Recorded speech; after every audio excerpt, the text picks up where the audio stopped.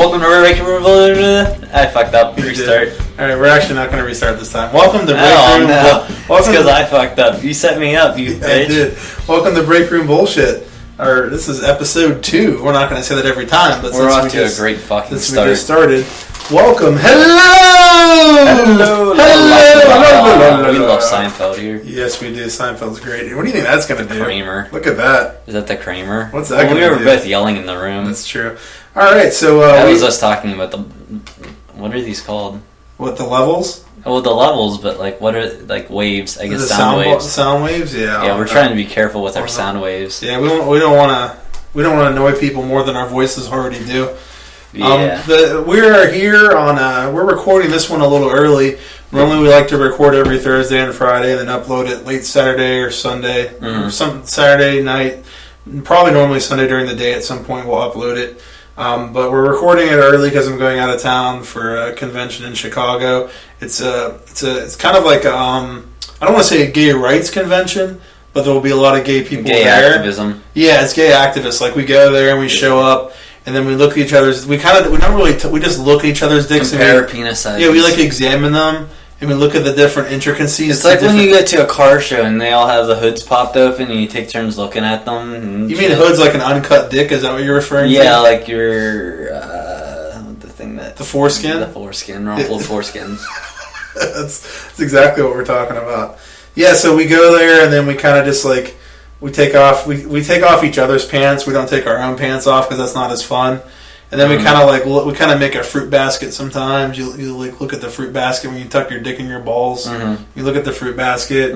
We'll like play with each other's stuff like that. I mean, it's not really. It's going to be fun for me. I'd like to talk about that our last episode for a second. I'd like to give it a review. The plot was much better than the Suicide Squad's plot. It was a lot more. It was better edited. That whoever edited our podcast did a better job than whoever edited the trailer. But you have to admit, though, the Suicide Squad editing is very similar to the disjointed open we have right now because we still didn't talk about the delayed episode and stuff. We were kind of in the middle of that. Then I went off on some sort of gay tangent, and then you went off on some sort of bashing Suicide Squad tangent. Both of those things are justified since I like dicks and you didn't like Suicide Squad. I mean, liking dicks and liking Suicide Squad's like the same thing, isn't it? Yeah, that's true. I don't really like dicks, but I'm actually going to Wizard World in Chicago to meet some people I like Gillian Anderson. Mostly is the main reason I want to go. But yeah, so I'm going to be gone for 5 days, so obviously we can't record this Friday or Thursday or Friday. So we're recording early, which is why we have very few news articles, because it's only been a few days since our last time we recorded. Yeah, dude, I was looking at the date on the news article from last week, because I put dates on them whenever I did them, and it was dated 8/12, and I'm like, isn't today 8/15? That's 3 days ago. Yeah. Holy shit. So yeah, we're gonna try to get a decent amount of. Well, we're so damn long-winded. We'll probably fucking babble on for a good 2 hours anyway, which is what it's supposed to be. Is 2 hours. It ended up about 4 hours for our first episode. Our intro was also supposed to be probably like 30 seconds to like 2 minutes, and it's all. What are we at now? We're at 3 minutes. That's not too bad. Okay, that's not bad. I thought we were much longer than that. I mean, after you put in the music, it's probably gonna be around like 4.5. Yeah, that's about right. We'd probably be around 5 now. So I'm going to try to get a segment with myself and my cousin who's going to the convention with me. We'll probably record a segment while we're there, just talk about the convention, how much we miss Gable's dick, and his beautiful face, and his luscious, voluptuous lips, his great lips. I agree with all this. He has some nice DSLs. Hi, Mom. Some nice dick-sucking lips. Yep. Gable's mom, your son sucks a mean cock. All right. Hopefully she doesn't listen to this one. I didn't. I told her not to listen to any of them. You really? Yeah. Based off listening to the opening for the wrestling segment last week, I don't think I could. That was pretty funny. So let me see this here. So, we didn't really. We got to plug our Twitter. Follow us on Twitter at BreakroomBS1. That is Breakroom BS1, no underscores or anything. And that's the number one, not split out, just the number one. Yeah. And you can stream and download the podcast on SoundCloud. The link for it is on Twitter, is on our Twitter page. So you can click on there. You can listen to it on the Twitter page. You can do whatever the fuck you want to do. Is the SoundCloud account, or is it the same thing as the Twitter one? Just Breakroom BS 1 or Breakroom BS? For the SoundCloud, you can just search Breakroom Bullshit and it'll come right up. We're still working. This is all new to us. We're not good at it. We're not good at anything we do. Yeah. But yeah, if you go on SoundCloud and just search Breakroom Bullshit, it'll come up, so you can find it on there. Someone has just wasted an entire car ride on listening to the opening. Yeah. Mm-hmm. People shouldn't be taking 5-minute car rides. That's their own fucking fault. They might work right down the road. I'm taking a 7.5-hour car ride each way. That's going to be very fucking boring. I don't even like my cousin or anyone that I'm going with. So that's unfortunate. I'm kidding. I like everyone that's going. Hey, so you want to jump in the news segment, or what do you? Dude, I am fucking tired. Yeah, I have my Monster here. I don't typically drink Monster. I got about 3. You know how I was before? I had that thing where I would lay down and I'd try to go to sleep, but like I would feel like my heart's beating out of my chest. I'm gonna have a heart attack. Remember I told you about that? Sure. You remember that? Yeah. Like I would just after I eat, I would lay down and I just like feel like my chest is gonna explode. That happened again last night. It really got. I'm not kidding. It got to the point where I just sat up really fast. I thought I was about to die. I just like was scared and jumped and got out of my bed because it was beating. Like I felt like my fucking heart was gonna explode. So that was fun. Jesus. If I lay flat on my back, I seem fine. If I lay on either side, it starts happening. I don't understand what it is. You should look into like seeing a doctor or something. I mean, I don't have high blood pressure. Whenever I went to the doctor and mentioned it, he was like, it'll be good. If you had a heart attack, I'm like, no. Like, well, if you do, make sure you come back. I'm like, all right, hopefully I survive number 1. So that sucks. I'm really fucking tired. That reminds me, did any of the farts make it into the last podcast? I didn't listen to the whole podcast. Okay. So hopefully, if anyone listens to our podcast and for some reason it fucks up and there's dead air, it's just not working right, it's because we didn't test it first. Oh, that's good. Yeah, there we go. I don't have 4 hours to sit around and listen to us talk. Neither do I. Editing's dumb, too. Well, I can tell you the beginning and the end of each segment worked fine because I heard those. Mm-hmm. So those are all fine. We got that. I mean, the waves didn't look that bad. Nah, the waves are good. They weren't going to kill Arlo's dad anytime soon. If anyone does listen to this shit and they can comment or want to comment, and you feel like, hey, you guys talk so loud we can't hear you, or I turned it on and for 30 minutes I heard silence, or for 40 minutes I heard some girl being raped, did you put a different clip of yours in by accident? That's a possibility. I try to keep those on a separate computer, but you never know. Feel free to leave us some sort of feedback, letting us know if it's fucked up, and we'll try to get it fixed if anyone's even listening. They aren't. Nah, not really. So, all right. Well, do you know on SoundCloud you can comment on a specific time? Like a specific time in the podcast? Like if someone's like listening to it and they like pause it, they can go down to like the little options button, the 3 dots there, or whatever it is. Click on that, and there's an option, comment at time, or something like that. Yeah. So there's going to be a whole lot we're going to notice a trend where every time, like, we click on the time, they're like, this podcast fucking sucks. I'm like, really? And they're like, this podcast sucks. I'm like, what the hell? How come? And then every time I click on the time, you're talking. Is that what's... Is that what's going to happen? That's generally how that's going to work. That was good. I'm kidding. I can't wait for our first break so I can pee. We love Gable. What was I was going to say something else, but I forgot what it was now. I have this memory issue where I can't remember things. For SoundCloud, we're gonna in the information, we're gonna try to put the time markers you said.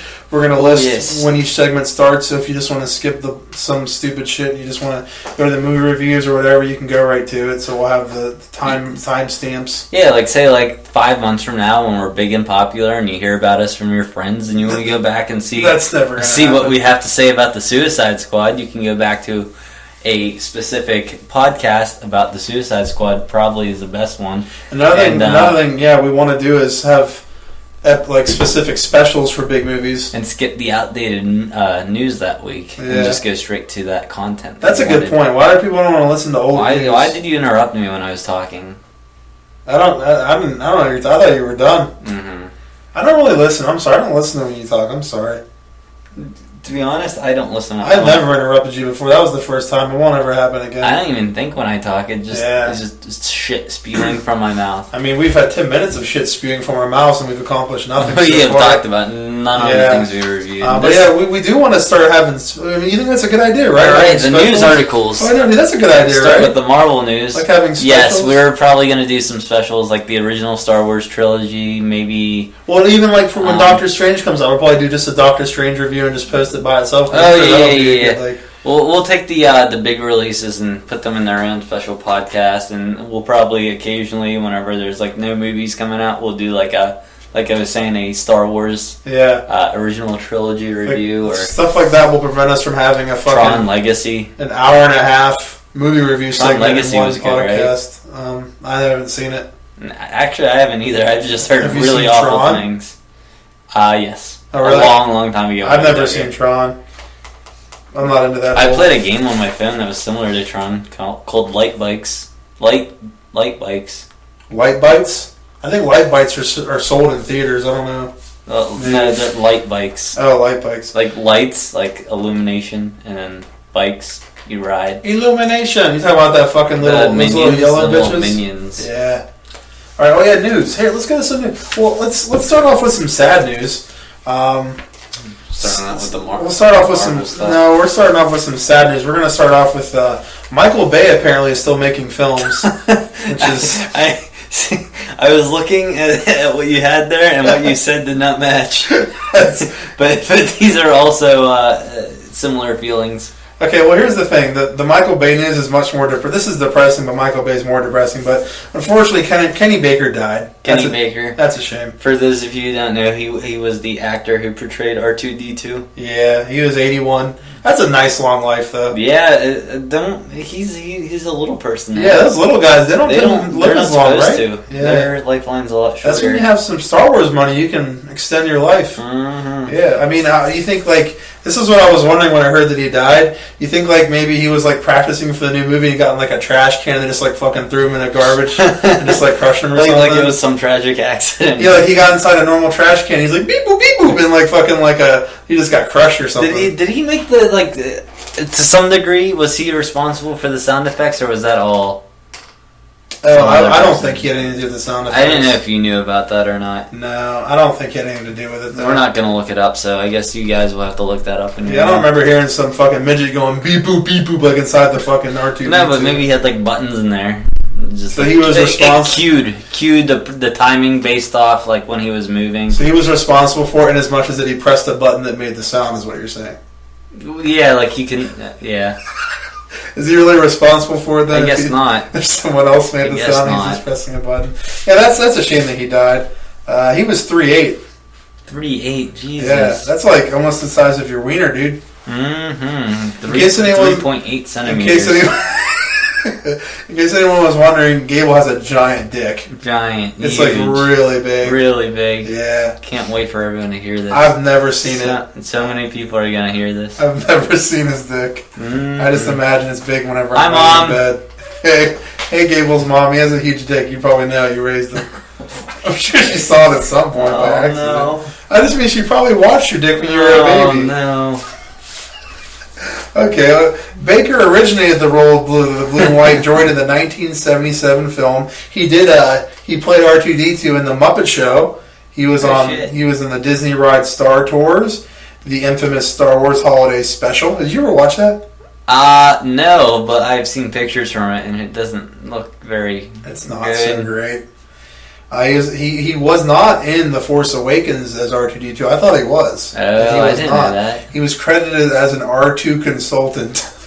That's boy. A job that only one man in the world is going to be able to apply for and get. That is and true. And it's Kenny Baker. Oh, not anymore. Yeah, oh, yeah. That's a shame. I'm sorry. R.I.P. Kenny. Yeah, later, dude.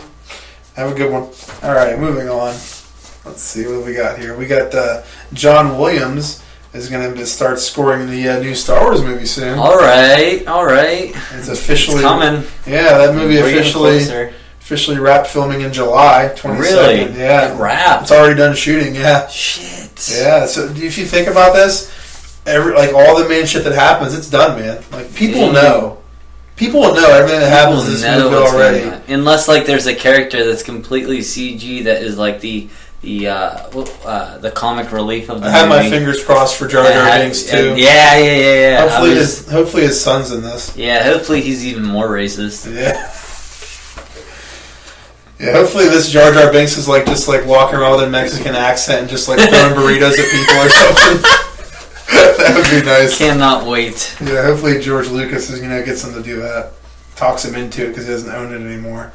But yeah, they wrapped on July 22nd. They filmed for 5 months. They were shooting for 5 fucking months already. They started in February. I knew it started a while ago, but it's flying by, man. Yeah. But apparently John Williams had some fucking silly music shit last night, and he mentioned that he's going to get to screen an early cut in a few weeks. Says it's going to be a rough cut, obviously, but if you think about this, he's going to be sitting there watching the movie, a year, 2 years before we get to see it. Mm-hmm. What if we break in and watch it with him? What if we hold him hostage and we make him? I don't think he has the content. Dude, it's Disney. You know, like there's like security guards sitting around him when he's watching and stuff. Probably, like it's under lock and key there. You think someone has a gun like pointed at his head? Like, don't memorize too fucking much of this movie, John Williams. Forget what you saw. Just make the music. He has to watch the movie blindfolded and with earmuffs on. And he comes out and he's like, "It's just what I thought it was going to be." Oh fuck! Yeah. Oh, that's really, really funny. That's good. All right, let's see here. More Star Wars news, or is that all you got? Well, one last thing. He's going to be one of. We were just talking about this, but apparently they showed a few bits of footage of this movie. Publicly to toy licensors at a licensing expo in Vegas. Oh shit! Yes. Here comes the insignificant character toys. Yeah, exactly. Like that one, dude. I can't remember the name. Well, obviously, I can't remember the name from that dude that Kylo Ren stabbed. It was Finn. Finn, yeah, that one too. Yeah. I was talking about the one that had like that really like the straw hat. Did you see that? You talking about Raiden from Mortal Kombat? No, there was a dude with a straw hat, and I saw. No, you're being racist. You're talking about the whole Chinese ethnicity. I didn't even say Chinese ones. Chinese woman. Dave loves those. Oh, I do want a fucking Asian chick. Oh, that'd be nice. Yeah, that'd be something special. Dude, I did hear something else about Star Wars. I have here. Dude, Katana's going to be the next Steel City Con from Suicide Squad. Are you going? I don't know. It's in December. Are you going? I don't know. Katana. This is weird because normally these Steel City Cons they only have people that are washed up normally. Dude, they don't have any current actors. Actually, why I keep tapping you. I did it to you earlier like 10 times. I'm weird. I don't know. I want to fuck Katana. Like the actual. It's funny. My Star Wars news actually kind of ties in with Suicide Squad. Star Wars. Disney. No. Let me figure this out. Okay, so. And it ties in with John Williams too. Okay, so J.J. Abrams. Actually, it doesn't. Was talking to John Williams about how bad of a job he did in Star Trek, and was talking about committing suicide. And John Williams was like, "Suicide Squad." I didn't even understand what you just said. Hey, fuck you. It all makes sense. All right. No, Now you realize if you bang something, the mic's on, that it comes through. I don't know if you're aware. This is news to me. Thank you. You should make a PBS special about that. I'll make a public service announcement. Yeah. PSA. The more you know that Kenny Baker's dead. Go. The Disney was so impressed with how bad Suicide Squad with how great Suicide Squad was that they're going to have Lil Wayne. They can't see my sarcasm side when you said Lil Wayne and Imagine Dragons make songs for all the Star Wars movies for the next 4 to 8 years. You're joking. Why would that be a thing? Are you serious? Yep. No, you're not. You have a stupid smirk on your face. Why would they make Star Wars songs? Wait, are they really doing that? No. Oh, fuck, you have me so scared. Did you really think that? I was like, how could Lil Wayne be attached to Star Wars? It'd be so sad. That's not fair. What's your real Star Wars news, you There was no real Star Wars Motherfucker, news. You pulled a Dave. Yeah, I did. Just lied and tricked me. Well, since we're already on Disney, let's move on to Marvel. Okay. Breaking news. So apparently Henry Cavill... I hate you. Why? Okay, back to Marvel now. Oh, okay, go. Alright. Well, did you have any Marvel news or no? No. None? No. These are kind of smaller things, nothing Nothing to write home about? Yeah, nothing to write You're home a fucking about. idiot for saying Apparently that. some guy on fucking Twitter has some inside spies. What's the gay version of Tinder? Is it Grindr? I think. Is it called Grindr because it starts with a G for gay? Or I is believe it so. Okay. Alright, go. Dude, I'm bleeding. Look at this. Some guy on Twitter, the account's name, the Angry Ginger, tweeted out that he has some inside scoop on the Doctor Strange movie and that Tony Stark is making a cameo appearance in Doctor Strange. Really? You're literally writing on paper with your blood right now. I am. That's making me uncomfortable. That's a lot of blood. Yeah, I don't know why my thumb's bleeding, but it is. All right. Wait, start over. I wasn't paying attention. Tony Stark might be making a cameo appearance in Doctor Strange. That'd be cool. Do you feel like it's necessary? I don't think it's necessary, but I think it's a great idea. Nor do I. I think Strange... I don't know. I just can't see the Iron Man having anything to do with anything that's going on in the Strange universe. Yeah, but it's all in the same universe. It's all the Marvel universe. This is why I want it to happen, because this is what Suicide Squad didn't do, was much of anything to tie it together. Granted, they showed Batman having a cameo in the past, but I like whenever they have the characters even just show up for a minute. Mm-hmm. That way you're like, oh, cool. You know what I mean? It makes it feel more like it's all in the same universe that way. I can agree with that, but at the same time, they could have picked someone else besides Iron Man. Iron Man's already going to be co-starring in the Spider-Man movie. Don't you think we've had enough of Iron Man? That's a good point. Who would you have in there? I don't know. Give me some more of that. What's that Asian chick from the Avengers in the comic you read? Which? Oh, Synapse. Synapse. She's Asian, right? Well, she's an Inhuman, though. They'd have to establish her character. I think Synapse should have showed up in Doctor Strange, played by the Asian comic book artist. Played by an Asian porn star, I think is what you're trying to say. Yeah, Kobe Tai could play her real well. Yeah, I don't know who that is. All right. Yeah, but no, I like Scarlet Witch probably would be cool to see, considering it's a magic realm. I mean, you already have some magic. How much more magic do you need, though? Not much. I mean, if it's just a cameo. You mean a magic realm? Isn't it on Earth? Probably some of it's not on Earth, but I mean, the universe, Marvel universe, the magic themed Marvel. Now, when universe. we watch Doctor Strange, we're going to be sitting here going, "This is why Marvel knows how to make movies." Okay, pause. Okay, do you have any more for that article? That article, no. Okay, first of all, I think that's cool. I like that he's going to be in it. I agree that there should have been someone besides him. Mm. He seems to be the go-to to show up in movies, it seems. Yeah. But now, that's a rumor, though. But okay. How did you feel about Iron Man 3? Iron Man 3, I mean, I know you have a strong hatred towards it. I'm not as negative towards it as you.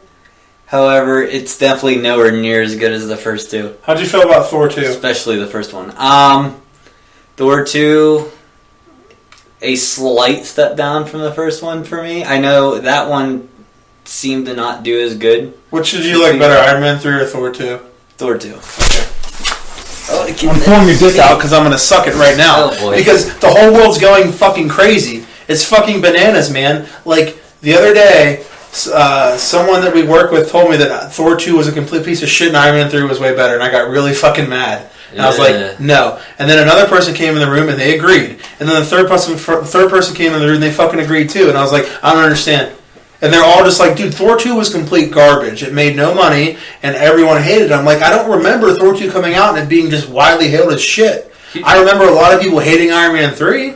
Here's the reason that I particularly didn't find Iron Man 3 very good. Thank God you like Thor 2. The villain. The villain was a piece of shit. All three of them, their argument is that the villain in Thor 2 was really, really shitty too. Mm. But I can't argue that, but the villain in Iron Man 3 was way worse in my opinion. Yeah, for me... Killian's gonna kill you, dude. Watch out. That's fucking dumb. Yeah, I mean, I like when there's a good overarching villain. That's why I was kind of upset whenever... I loved Captain America, the First Avenger, but then they kill him off. They kill off fucking Red Skull. He's a huge Marvel character. He's a huge Marvel villain. Dude, Tito has been saying for ever since that movie that Red Skull's coming back and he kept guessing who he's going to be. Yeah, I also think that they have to have him come back. He's just too big of a fucking character. He thought Red Skull was going to be that guy in Winter Soldier, the one that was behind everything. Baron Zemo? Yeah, no, the guy that was working with Fury that turned on, that was the bad guy. That was okay. He thought that was going to be Red Skull. What ended up happening in that movie for him? He just ended up getting... Did he end up dying? I can't remember what happened to him at the end of the movie. Did Civil War come out on DVD yet? Did I miss that? No, that didn't come Okay, out. I didn't think so. But yeah, I had to ask you because I thought like I was just insane because everyone keeps telling me that I talked to that Thor 2 was worse than Iron Man 3 and I'm like, it's not even possible. No. Mandarin, the end. Yeah, the biggest Iron Man villain there is, and he comes up in a fucking I'm sorry I brought this up because we need to review Iron Man 3 at some point. I'm gonna have fun with that. Dude, we can do a special for that where we do Iron Man's 1 through 3. That's true. That's true. Dude, you gotta fear. We review all three of those movies. It's gonna be at least an hour. It's gonna be a lot of talking. Oh, and Marvel news. You have any other Marvel news? I have. As far as Doctor Strange goes, by the way, it was announced that it will be PG-13, as if that wasn't obvious. Yeah. I think everyone knew that was gonna happen. Let's see. There is. Did you hear about the movie Doomed? Doomed? Doomed. No, I did not. Did you ever hear about the 1994 Fantastic Four that never got put out? Yeah. Well, this is going to be a documentary that sounds like it's going to be very similar to The Death of Superman Lives. Oh, my eyes just lit up since you can't see me. That sounds awesome. Yeah. So that should be really cool to see when it comes out. Yeah. You ever see screenshots from it? Like I have seen some screenshots. They don't look. The thing looks awful. It looks. I love whenever they make movies similar to the comic books, but man, does the fucking costume design look too fucking cheesy and shit. You gotta take some liberties when you're. I mean, you gotta make sure it's gonna look good on film, on the big screen. On a screen. Yeah. All right. Anything else you got for Marvel? Last thing for Marvel is more of a comic related thing, and I mean, if you listen to the last podcast, you know that I'm not up to date with my comics, but for those of you who are up to date with your Marvel comics, Civil War 2, the next really issue, good disappointing people. Yeah, I am. Just ask my parents. Civil War 2 is going to be, the next issue is going to be delayed a month because one of the main artists, David Marquis, is going to be having a baby. Just had a baby this month. Is he black? I have no idea what he looks like. Well, how are you supposed to report these things if you don't know their backgrounds? Their cultural backgrounds. Like maybe he grew up in the ghetto and he had a baby at a young age and he's struggling through life. That makes his accomplishments even more impressive. Yeah, there's a lot. Brian Michael Bendy is one of the main writers over at Marvel. Was he Mexican? He was the one who wrote Ultimate Spider-Man and that Spider-Man I reviewed last week with Miles Morales. So he's Italian. Yeah. Is he Asian? Yes. I mean, if I can't get an Asian girl, I could settle for an Asian guy. I suppose so. I don't want an Asian guy. Chinese food just makes you hungry. Dude, Chinese food is so yummy. It is yummy. But yeah, there's a lot of online conspiracies saying that there's some weird shit that they're up to, but it's the main artist that had a baby, so you can't really work around that. Yeah. You know? I mean, I don't understand. He's just drawing. Why can't he draw while the baby's fucking sucking on his mom's titty or something? I think the issue is they want obviously he's going to be too involved at home to be working on the drawing, and they probably don't want someone else to be doing. Why? I don't know because why can't he draw while he's at home? I don't know. There's it's a baby. It's not like it's not like he broke his back. I've never experienced having a baby before, so I can't. Just feed the baby while the baby's eating. Just fucking draw a fucking picture. I'm like, hey, cool. Here's panel 1 and page 3. Moving on. He probably doesn't have to stay home. You can just put a bowl of food and a bowl of water on the floor, and you go to work. That's just inhumane. But what he can do, the baby's shitting in the diaper. And it's all shitting, and he just changes the diaper with one hand, and he's drawing Spider-Man with the other. Yeah, you're right. I don't know. Artists. Why does the Spider-Man look so brown this week? I don't know. All I know is that people that draw comic books don't really have any talent, and it's not that hard. I'm totally fucking kidding. I was totally kidding. That was a joke. I didn't mean that at all. They're all far more talented than What's I'll ever next? be. DC? We got some DC. We got some bloody DC news. Some bloody DC news. That's a beautiful drawing you got going on over there with your blood. Yeah, it was just dripping off my phone. Why didn't you use it to color in Superman's like shirt or something? Because it's supposed to be black. Missed That's opportunity. the whole point of this. Oh. Apparently, Henry Cavill, he went to Instagram and he decided to share a photo of what appears to be the black version of his Superman costume, confirming the character will return with the same dark outfit he wore in the comics. Do you remember that in the comics? Mm-hmm. Well, I mean, I did not read that. I was not a comic reader at the time, but Really? I have seen the pictures from the original comics. I did watch that. I believe he wore the black in that movie we've watched. What was it? Superman Doomsday. Oh, okay. Yeah, I believe he wears that black. I don't remember him wearing black in that. I think you're wrong. So. What you gonna do? I mean, you could try and be right. I guess so. There's that. We should do a review on that. Yeah, we could, but we're probably not. But Yeah. we probably will. We'll do that next week whenever we don't record anything, since we don't have a show next week. Yeah, we do. We have a show next week. It's going to be on Friday like it normally is. This show is for this week. 2 weeks. 2 weeks from this. It's almost 2 weeks. It's 2 weeks from this past Friday. That's like 11 days. Okay. It's just going to be delayed. No, it's going to be on time. All right, let's go. Next. This show we're recording is going to be dropping this Sunday after I record the segment Friday. Then the next one will be back on schedule. We'll have another one Friday dropping the next Sunday. Okay. Are you really confused? Yeah, I don't know. I need to see calendars for stuff to work for me like this. Yeah, so I don't know. I mean, I guess it would be cool having him in a black suit. Who really gives a fuck? Hey, here we go. The Shazam producer offers an update on the Dwayne Johnson film. Speaking with Newsweek, Danny Garcia. Did you see the picture of the suit?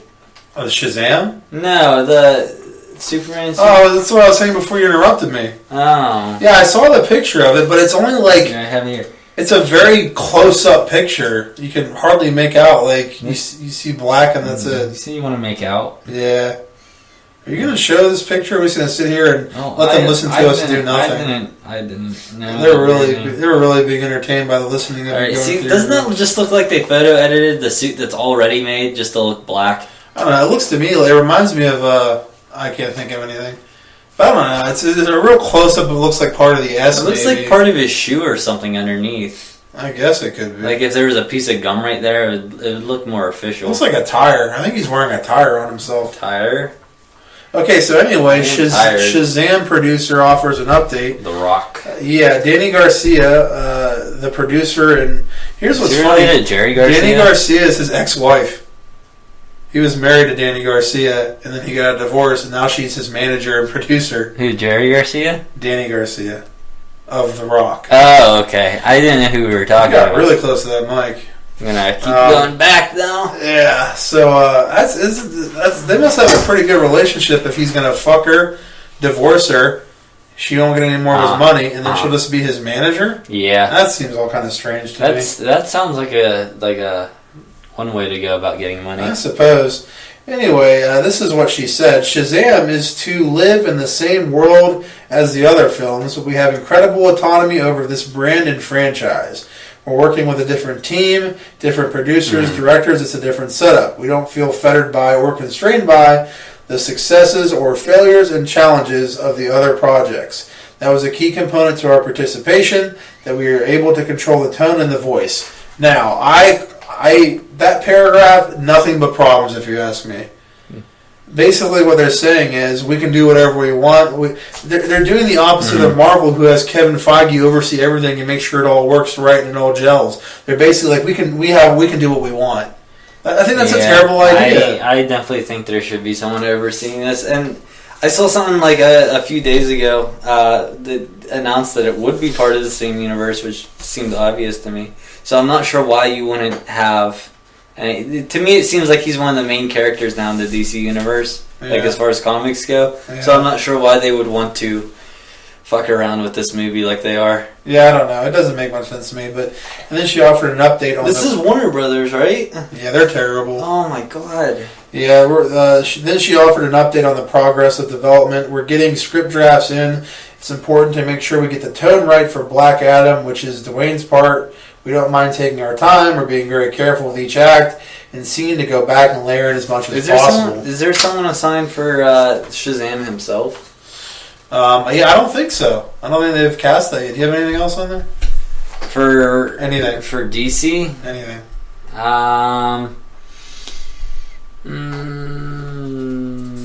The Suicide Squad soundtrack opened on the top of the Billboard chart. Yeah, I kept seeing articles that said worst top number one soundtrack of all time or some shit. Really? Yeah. You're not fucking with me? No, they were like, when I Google search Suicide Squad soundtrack, it kept saying that, and I'm like... Dude, I found myself in FYE today, and I picked it up, and I was like, I need to buy this. But the soundtrack doesn't have a whole lot of the songs they played. It doesn't have every song. Not all of them, no. Like, a lot of the good ones they played in the beginning aren't on it. All the ones that were... The ones they had recorded for this movie were on it. Yeah. They didn't have the ones that they bought.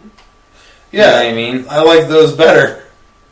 I want the soundtrack to have those on it, too. What I liked was the original soundtrack on that. Not really? I mean, I did like the older songs as well, but the original soundtrack, to me, just seemed... like they put too much thought into it. I mean, it was good, but like at the same time, like there are other things to focus on besides the soundtrack. I suppose we're not doing Suicide Squad review number 2 though. I mean, the editing for your movie. Yeah. All right. Anything else? God damn it! That movie is my favorite movie that I fucking hate. I just I want to watch it, but at the same time, I hate it. Yeah. What else you got? Come on. This one is not. Do you have nothing left? No. No, okay. This one, you're gonna fucking make fun of me, but it's a Pokemon Go related one. Oh boy, is it an article about how much people are not playing how it it dropped now? off so much? Yeah. Is it really? No. Oh. It's an article about how like they're hardcore banning people now who are cheating. Really? Yeah, so all the people who are fucking telling me that they downloaded it early or they're fucking using those maps or they're using GPS fake things. There's a way in the game. I've explained to you the game before, right? Yes. Like the gyms and stuff. Yes. So like you have to put a Pokemon up to defend the gym, but people are putting their eggs up and nobody can battle the eggs. So they're offering permanent bans to anyone who put eggs on the gyms. Really? Yeah. Are these like eggs? Like what kind of eggs? Like they're like you walk like 10 they're like kilometers. eggs that like women like. Like, would you sit on it? Like what kind of like? What are you talking about? It's like a fucking egg, like a egg robin's, grade, it's like a robin's egg, but like you walk 10 miles. They have a lot of different eggs at Walmart. They have lots of different eggs at Walmart. All right, so is that anything else there? No. I mean, you don't really have much of input except making fun of me. I told you to make fun of me, but doing what you told me to do. Yes, you're right. right. Something you want from me. All right, I'm gonna X out of my news now. Actually, I was gonna say something that was kind of related. That makes me think of Halo. Halo? Yeah, I remember Halo. Not Halo. I guess Halo 3 too. The Halo games as they got Halo 32. Yeah. It kept going. Like they would drop the ban hammer on people. That's what they call it. Really? Bungie would drop the ban hammer. You just be done. Yeah. Just kick you off Halo for cheating. I mean, to be fair with the people who are cheating, like whenever I'll be out. It's not like an oxymoron, the fair cheating. I guess so. All right, go on. The game we talked about before was released like way too early. Like none of the stuff was done. Yeah. Like I'll be like fucking walking around and my character's not walking around, so I can see why people are getting to the lengths to like fake their GPS location and stuff. I mean, if you're being a little ridiculous for it, like I read this one story about this guy in Japan or something, and the game was just released that day, and there was someone with like already like a max level Pokemon up on one of the gyms. Like it would be impossible for it to happen. Did I tell you? Did we talk about the guy that fucking in the Olympics that was playing? No, I didn't even tell hear you about this. Oh, this is a great story. This fucking, I think he was a Japanese guy. Mm-hmm. It was wherever the Olympics are being held. Rio. He racked up like I think it was I want to say like a $5,000 phone bill from playing Pokemon Just from Go. so much data. Yeah, he racked up a $5,000 phone bill from playing Pokemon Go. But here's the best part. the game doesn't work there. How does that make any sense? So he was walking around using his GPS, not finding anything because it wasn't working. Oh, he must have been pissed. And when he said whenever his friends told him that it didn't work, he got so fucking bummed out. It was $5,000. He wasted all that money. Yeah, I would go call my Kazi there. Yeah. All right. So why don't we end the news by going over? Let's go over this letter. Oh, dude, yeah, the letter. Let's go over this letter.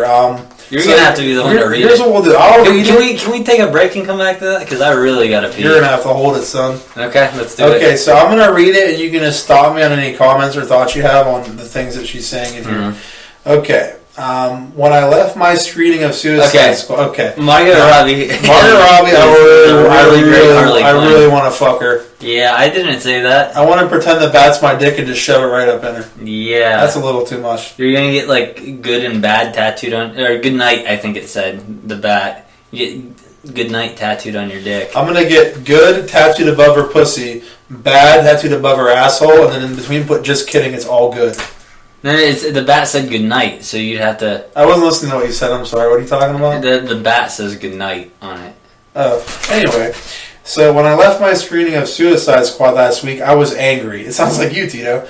I was annoyed and let down and frustrated. Oh shit! I meant Gable. Mixing up your lovers. I was annoyed and let down and frustrated as well, but mostly I was just angry. Look, I'm a big dork, so of course I thought this train wreck of a movie did a major disservice to the characters, concept, cast, and crew, but that wasn't why I was mad. Yes, it is unfathomable to me that Warner Brothers could mess up a movie starring Will Smith, Margot Robbie, and the Joker so completely. Yes, it starred the Joker, not Jared Leto, but the Joker. She said the Joker. She said the Joker. But that just had me flummoxed. I was angry because I couldn't stop thinking about you, Kevin Dushahara. I can see. Let me say his name, but can I finish his name before you interrupted? I was angry because I couldn't stop thinking about you, Kevin Tujihara. How do you say his name? Can I see it? Tushihara. Kevin Sujihara. Kevin Sujihara. Okay, what are you gonna say now? I lost it. Let me see. All right, I'm gonna read it. Okay. Oh, I can see why she would say the Joker, because if you're having a fucking movie with the Joker in it, I don't know why you wouldn't why you would even think about not putting all your efforts into making sure he's done right. That's true. Not that this was done awfully, but at the same time it wasn't. No one cares. Okay. Yeah. A lot of fans might be angry because you keep completely whiffing at properties that they are desperate to love and enjoy. But this is a little more personal for me. See, I'm a former Warner Brothers employee. I have so much respect for your studio. I love every square inch of that magical back lot. From Stars Hollow to the fitness center to where I got ass fucked in the alley. I always meant to use... I don't think she said that. No, she said that she wanted to use the fitness center. But she didn't get ass fucked in the alley that I know of. The people I worked with during my time with your company are now close friends. On my last day, I hugged them and I told them I loved them. I don't give a fuck about that. I was also there in 2014 when you made the decision to lay off 10% of your workforce. It was a terrible year. Let me catch you up. Every morning I woke up with a pit in my stomach because I assumed that would be the day I lost my job. Every day I saw someone packing up their desk or carrying a box to their car. I cannot describe to you the relief I felt when my department was told we were safe, or the guilt I felt afterwards walking through the halls of my office with that relief. But out of all that, the thing that really sticks with me is the memo you sent to all of us. Let me refresh you on my favorite part. We're going to hear the memo. If Office Space is any indication, this is going to be good. I want you to hear directly from me about our plans for the studio. In recent days, we have started to hear rumors that are here at the company and to read misinformation in the press. So I'd like to set the record straight. I know that the hard work and dedication of every employee around the world is the key to Warner Brothers' success, and I'm sorry for the distraction the situation brings to the workplace. At Warner Brothers, we work with the world's most extraordinary storytellers, and our focus has always been to provide the creative entertainment and financial resources they need to realize their vision. Our commitment to that won't change. In fact, we're investing more than ever in our film and television productions. This is how you open a memo about layoffs. Hey guys, we work hard for the people telling stories here, and we want to make sure those visions are realized. The ball's on you. That year we pursued the storytelling vision of Adam Sandler's Blended. Oh, fuck.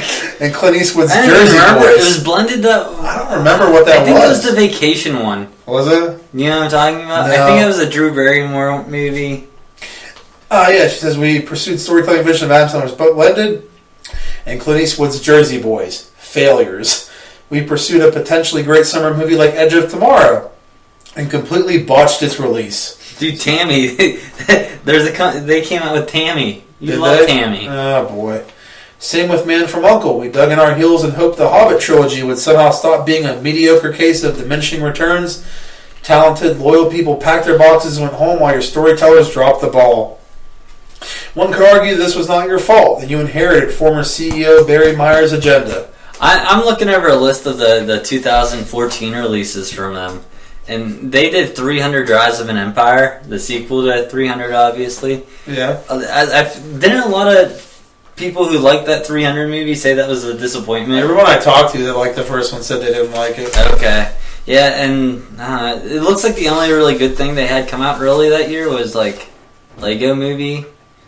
Dude, they're in charge of the Hobbit movies. This makes a lot of sense. I just read that. Yeah, I know. You weren't paying attention. No, you were saying so much, and I was reading this. I'm sorry. Okay, anyway, after the the Hobbit trilogy sucked, basically, to sum that up. I would not make this argument. Here's why. I wrote this letter last year. I actually started forming it in my head after Man of Steel was a box office failure instead of the modern classic tentpole you were expecting. I kept holding off on doing anything with it because of one title, Suicide Squad. Zack Snyder's Dawn of Justice was a fiasco. But here comes this plucky little dark adventure about anti-heroes. I love David Ayer. I love Harley Quinn. I love Will Smith. Put the letter in a drawer. The ship isn't sinking anymore. Everything is fine. There's no way this movie is bad. And here we are. I got back from my screening and dusted this sucker off. You, your executive team, and the vision of your extraordinary storytellers that have resulted in the loss of around 1,000 jobs seem intent on crashing the ship into as much shit as you can find in the ocean by making inane decisions over and over again. Any comments before I get into the good stuff? I'm just thinking about, like, the whole process Suicide Squad went through. Like, I was like, well, the trailer came out a year in advance, so I mean, fuck. Yeah. And so much has changed since then. It's kind of like how I'm getting my hopes up for that Justice League movie. It's not going to be good. And then we're going to get there, and it's just going to totally shit on my chest. This is pretty funny. Zack Snyder is not delivering. Is he being punished? Assistants who are doing fantastic work certainly were. People in finance and in marketing and in IT, they had no say in a movie called Batman vs. Superman only having 8 minutes of Batman fighting Superman in it. That is because their moms have the same name. Snyder is a producer on every DC movie. He is still directing Justice League. He is being rewarded with more opportunity to get more people laid off. Oh my god. I'm assuming you yourself haven't been financially affected in any real way. You and your studio are the biggest lesson about life one can learn. The top screws up and the bottom suffers. Peter Jackson phones it in and a marketing supervisor has to figure out a plan B for house payments. Oh, this is good shit. Your uneven Hall H presentation at Comic-Con this year was a ridiculous mess that ranged from rushed to boring. When Marvel announced their full slate of films with a fun fan event several years ago, you announced yours on a shareholder conference call. Oh my god. They suck. Yeah. I didn't realize it was this bad. You just don't get it, and it's not just DC movies, it's your whole slate. I'll have to disagree with this first one. Jupiter Ascending, Get Hard, Hot Pursuit, Max, Vacation, Pan, Point Break. Fucking Pan, you jerk. People lost their... They were in charge of Pan? Yeah. No wonder why. That movie was so bad. Oh my god. People lost their jobs and you decided Pan was a good idea. Fucking Christ. What are you even doing? I wish to God... Oh, wait. You think another Jungle Book is a good idea. I don't get that. Wasn't Jungle Book good? Wait, they didn't do Jungle Book. Well, they were supposed to do a Jungle Book. Oh, maybe that's what she's referencing. But it got pushed back because the Disney one that was coming out. And they're still going ahead with the other Jungle Book. Boy. It's going to be awful. That's why they have big names in it, and everyone's going to want to see it, but then it's going to fucking bomb. Yeah, she said, you think another Jungle Book is a good idea. Mm-hmm. What are you even doing? I wish to God you were forced to live out of a car until you made a #1 movie of the year. Maybe Wonder Woman wouldn't be such a mess. Don't try to hide behind the great trailer. People inside are already confirming it's another mess. It is almost impressive how you keep rewarding the same producers and executives for making the same mistakes over and over. I hate Zack Snyder, okay? Yeah. I hate everything he's done. And I agree with her 1,000,000,000%. He keeps making fucking garbage. He keeps getting bigger movies and more money to make them with. I don't understand it. I don't get it. I don't get it. If I worked at a donut stand and I kept fucking up donuts, I'd be fired. Even if I made a tiny decent one every now and then, it doesn't matter. I'm going to get fired. I love that studio and you're allowing it to sink. It's not about making movies for the fans and not the critics. It's not even about ruining childhoods. It's about protecting livelihoods. It's time to wake up and make the fucking donuts, Kevin. Oh, boy. So that was it got pretty good about halfway through. The first half was a little... I was interested the whole time, but I didn't... This lady's, or her comments are spot on. Yeah, I agree with everything she's saying, except I did like Jupiter Ascending, but everything else she's saying I completely agree with. I don't know. It just doesn't... I mean, the movie... It's not like the movies aren't making money. Dude, Batman vs. Superman made what? I know, they're making money. It made a lot of money. That's the only reason they keep going. Yeah. That's the thing about these big fucking movies. They're still going to be big fucking movies. People are still going to come see it, even if it's total shit. Batman vs. Superman is total shit. Yeah, but it's Batman and Superman, that's why exactly. People see it, it has the name Batman and Superman in one fucking title. I mean, it's Justice League. You could have showed the Peanuts movie and with that title, and it still would have made that money. Do you think it would be funny to, like, if you were, like, Bill Gates rich, to like make a giant fucking movie, like the hugest movie of the summer, right? Spending hundreds of millions of dollars, get every single star you can in it, like every fucking big name, make this badass fucking movie, right? Put out a trailer that is fucking mind blowing, okay? And then you go into the movie, and what you do is you take every print and destroy it, and it's a minute long and it ends. Well, that'd be funny. I think that'd be a funny practical joke. That'd be great. But yeah, so that's that. You got any other thoughts, or you just want to go piss? I do, Warner Brothers is in control of Pacific Rim 2. They did the first one. That one sucked, didn't it? The first one was really good. I thought you said you hated it. I'm really nervous now for the second one. That it'll be just as bad as the first one? Yeah.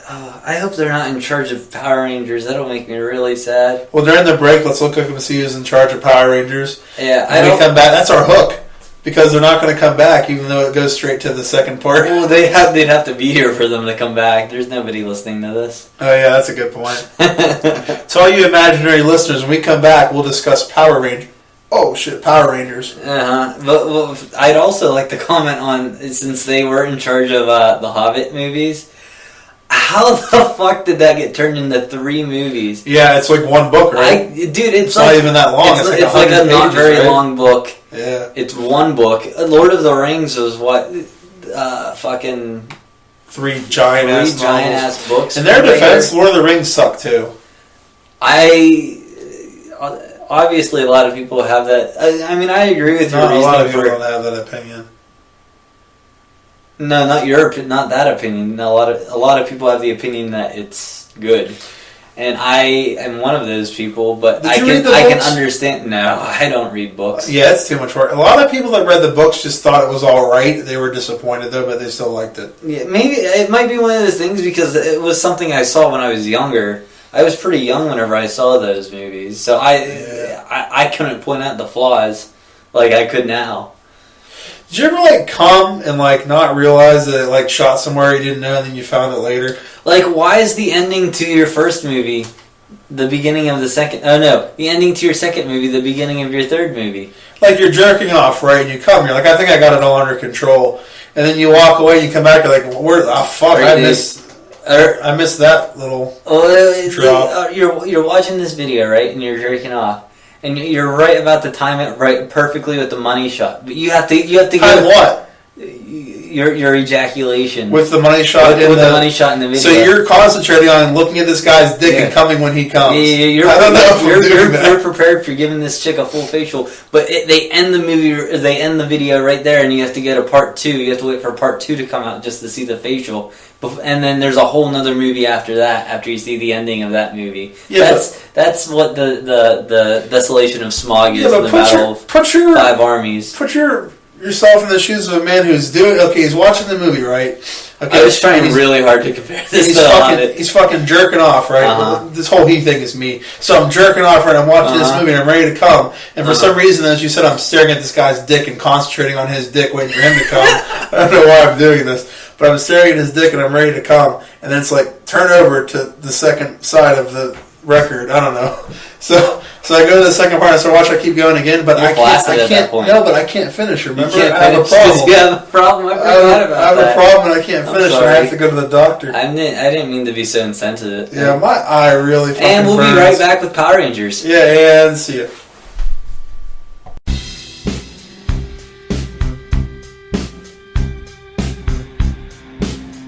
Hello, listeners, and we're back. We are back with segment 3.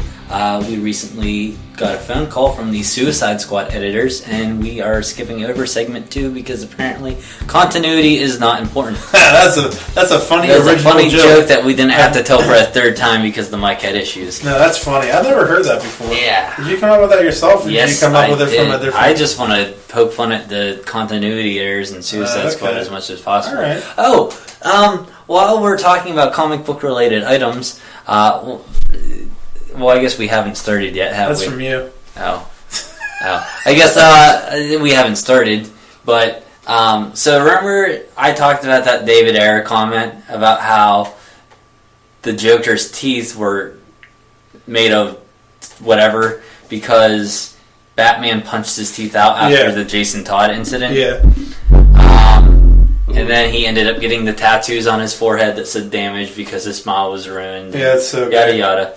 Well, I thought of something. Why did he have the tattoos and the grill on, like, in the scene with Harley Quinn?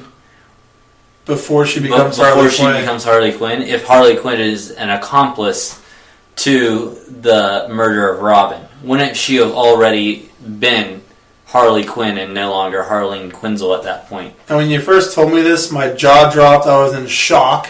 I couldn't. My entire day was just focused around thinking about, is David Ayer just spewing shit out of his mouth to defend the movie because the studio told him to, or is it because he is doing it on his own free will? That's a very good point. That's a very, very good point. All right, you're okay. Moving closer. All right. This is Gable's comic book review. Yeah. We're going to review some old comics because Gable's cheap.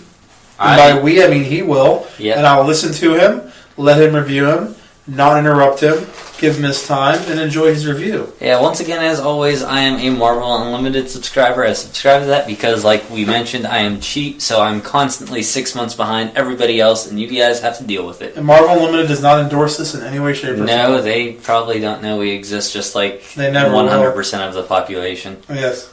Mm-hmm. We're part of the population, so you're an idiot. Shut up. Okay. First one I'm reviewing. Power Man and Iron Fist. We didn't talk about Power Rangers. We didn't find out if they were Warner Brothers or not. We fucked up. Well, we did it in our second segment, but remember we had to cut it? Oh, yeah. Yeah. Alright, we'll post the second segment another day. Probably not. I picked to read Power Man and Iron Fist #1, mainly because of all the Netflix trailers that have been dropping. Is Iron Man like their son? No. It's funny because in the movie in the issue, Tombstone's in it, and he keeps fucking with Iron Fist and calling him Iron Man. Is the movie part of the cinematic universe, or is the movie alone? Because you said there's a movie. You said the movie. Yeah, I corrected myself though. Okay, I wasn't sure. Yeah, I hate you severely. So Power Man and Iron Fist is written. It's written by David Walker, and the art is done by Sanford Green. A zombie walker? Yeah, do you have any opening questions about Power Man or Iron Fist? And I'll do my best to answer what is... I can't help but think whenever you mention... Who's the writer? David Walker. I can't help but think of Walker, Texas Ranger.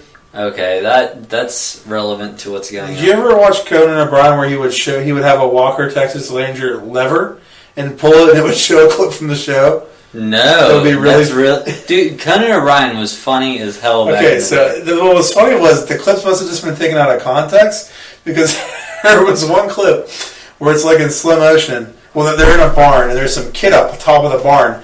And Walker, Texas Ranger, and some other guy are standing there, and they're trying to rescue him. And the guy's like, jump, we'll save you. And it goes into slow motion, and the kid jumps, and in slow motion, the guy steps out of the way, and the kid just fucking hits the ground. And there's another one. There's a clip where Walker and some other guy, I think a girl, are talking to some kid. The kid's played by Haley Joel Osment. And in the scene, Haley Joel Osment, the kid's just like, I have AIDS. What the fuck? It was really funny. Conan O'Brien used to be really good back in the day. He's still funny. He's still funny. I don't think it's as good as when he was on NBC. I guess. So I have no questions other than what is Power Man? So Luke Cage he's like this really. Okay, they can't hear that, so all they hear is dead air right now. Yeah. Well, I heard something, and I was curious about the sound. Power Man is Luke Cage. He was experimented on. Yeah. Oh. Same guy. Why isn't he called Power Man instead of Luke Cage in the TV show? I don't. He does not like being called Power Man. Oh. He does not like that nickname. It is kind of racist. I suppose.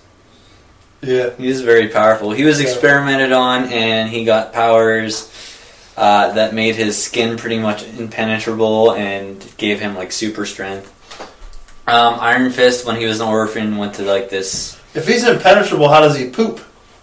How does it come out of him if he can't get through? It can come out, but you can't penetrate it. So he can't get fucked in the ass. He can't have gay sex. So what if he wants to be gay? That would be really unfortunate for him. But he's married to Jessica Jones. Now what if she wants to put on a strap on? And peg him? Yeah, or just like fucking shove it right in his mouth hole. That'd be interesting. Okay, what are you doing? Danny Rand, he is Iron Fist. He was an orphan, and he trained in the mystical city of Kunlun. It looks like it's... Okay, why... Calling it the mystical city just makes it sound gay. Dude, I'm reading straight from the page here. Okay, that's great. Alright, as an adult, Danny Rand oversees Rand Corporations and moonlights as Iron Fist, Kung Fu Defender of the Innocent. So this issue's titled The Boys Are Back. Oh boy. Oh boy. They're touching each other. They're fist bumping each other. They're touching tips. They are. Sausage party reference. See that movie yet. Sausage party reference. Yeah. They're touching tips. So the issue starts off with Power Man and Iron Fist waiting. Okay, show me that picture again, because his fist doesn't look very ironful to me. Why are you being... He's called Iron Fist, and his fist is fucking made out of fucking flesh. Yes, that's fucking dumb. So they're standing outside of the... why is he called Iron Fist? I don't know. They're standing... You have to know why he's called Iron Fist. I don't. They didn't explain that. Well, you never told me what his powers are, or what he does. Iron Fist punches the shit... I told you, he has... he's a Kung Fu Defender of the Innocent.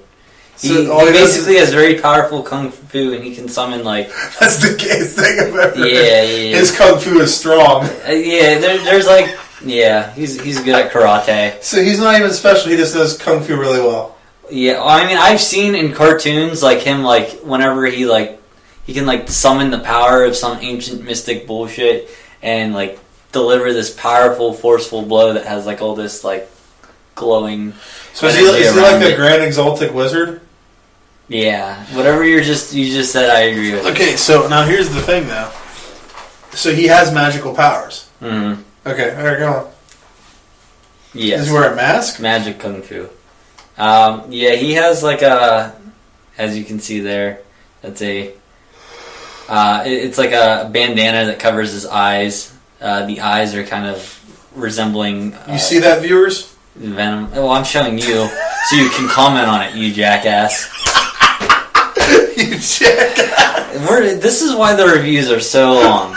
How long has this segment been? This segment's been 8 minutes. This is an 8-minute segment, and we haven't even started talking about it yet. Go, man. No one's stopping you. All right. So they're waiting outside a jail cell. Sorry. I'm good. So they're waiting outside a jail cell together. And I guess previously in the Marvel Universe, their secretary, her name is... Bates. Jenny, I believe. Yeah, Jenny. Is she from the block? Jenny from the block. Yeah, that's not nice. She got put in jail for some reason. They don't mention why she was in jail. So is it for having sex with her son? Probably not. Because Eminem would have had sex with her if she was his own mother. Yes. And she's in jail, and they're waiting for her to get out, and they're discussing that they're not officially back together. Danny and Luke. I have a serious question in regards to the comments. Probably not. Okay, I'm not going to ask it now. Okay, I'm going to continue then. Thank you. Oh, wait, can I ask my question? It's a serious question. You have to believe me that it's tied into the comic, because it really is. Uh-huh. Do you believe me? No. Why not? I just asked the question. It is tied into the comics, I promise. Okay. Okay. Is there any point what's the name of the character? Jenny? The one that was in jail. Yeah. Jenny was in jail. Seriously. I'm waiting for the question. Was Jenny the one that was in jail? Yes. Was she ever on Orange is the New Black? Was she? I hate you so much. Was she? Alright, so... Okay. So she's... I fooled you, kinda. She's coming out of jail, and I'm just... What? I fooled you, kinda. We have to mute your mic. That's not nice. We only have one. Shut up. We have to mute our one. Yeah, but Danny and Luke are discussing the fact that they're waiting there together to get her out of jail. Elfman? Trejo? They felt it was right for them to go together McBride? because it was their secretary. Tanner? They seemed like they were a little. You see what I was they doing felt there? a little guilty. I was naming different Dannys. It's really funny. I'm sorry, go ahead. It was really funny when you did that. You didn't think so? No. So she gets released from jail, and they tell her they're going to take her to get some food. Okay. So they go to this diner. The diner was really cool. They're taught. Is it Harv Bennett's diner? No, it's just a regular diner. Oh, okay. But in the background on the wall, you can see all these little Easter eggs, the other Marvel characters, which happens a lot in Marvel comics. But I always love seeing them. Spidey. Like there's Spidey in the background. Who's Thor. Is that Venom? It's probably a symbiote spider. No, it's probably the black Spider-Man, Miles Morales. How can he be there with himself? I think I'm gonna keep going. Female Thor. Can't tell who that is. It looks like Mary Jane.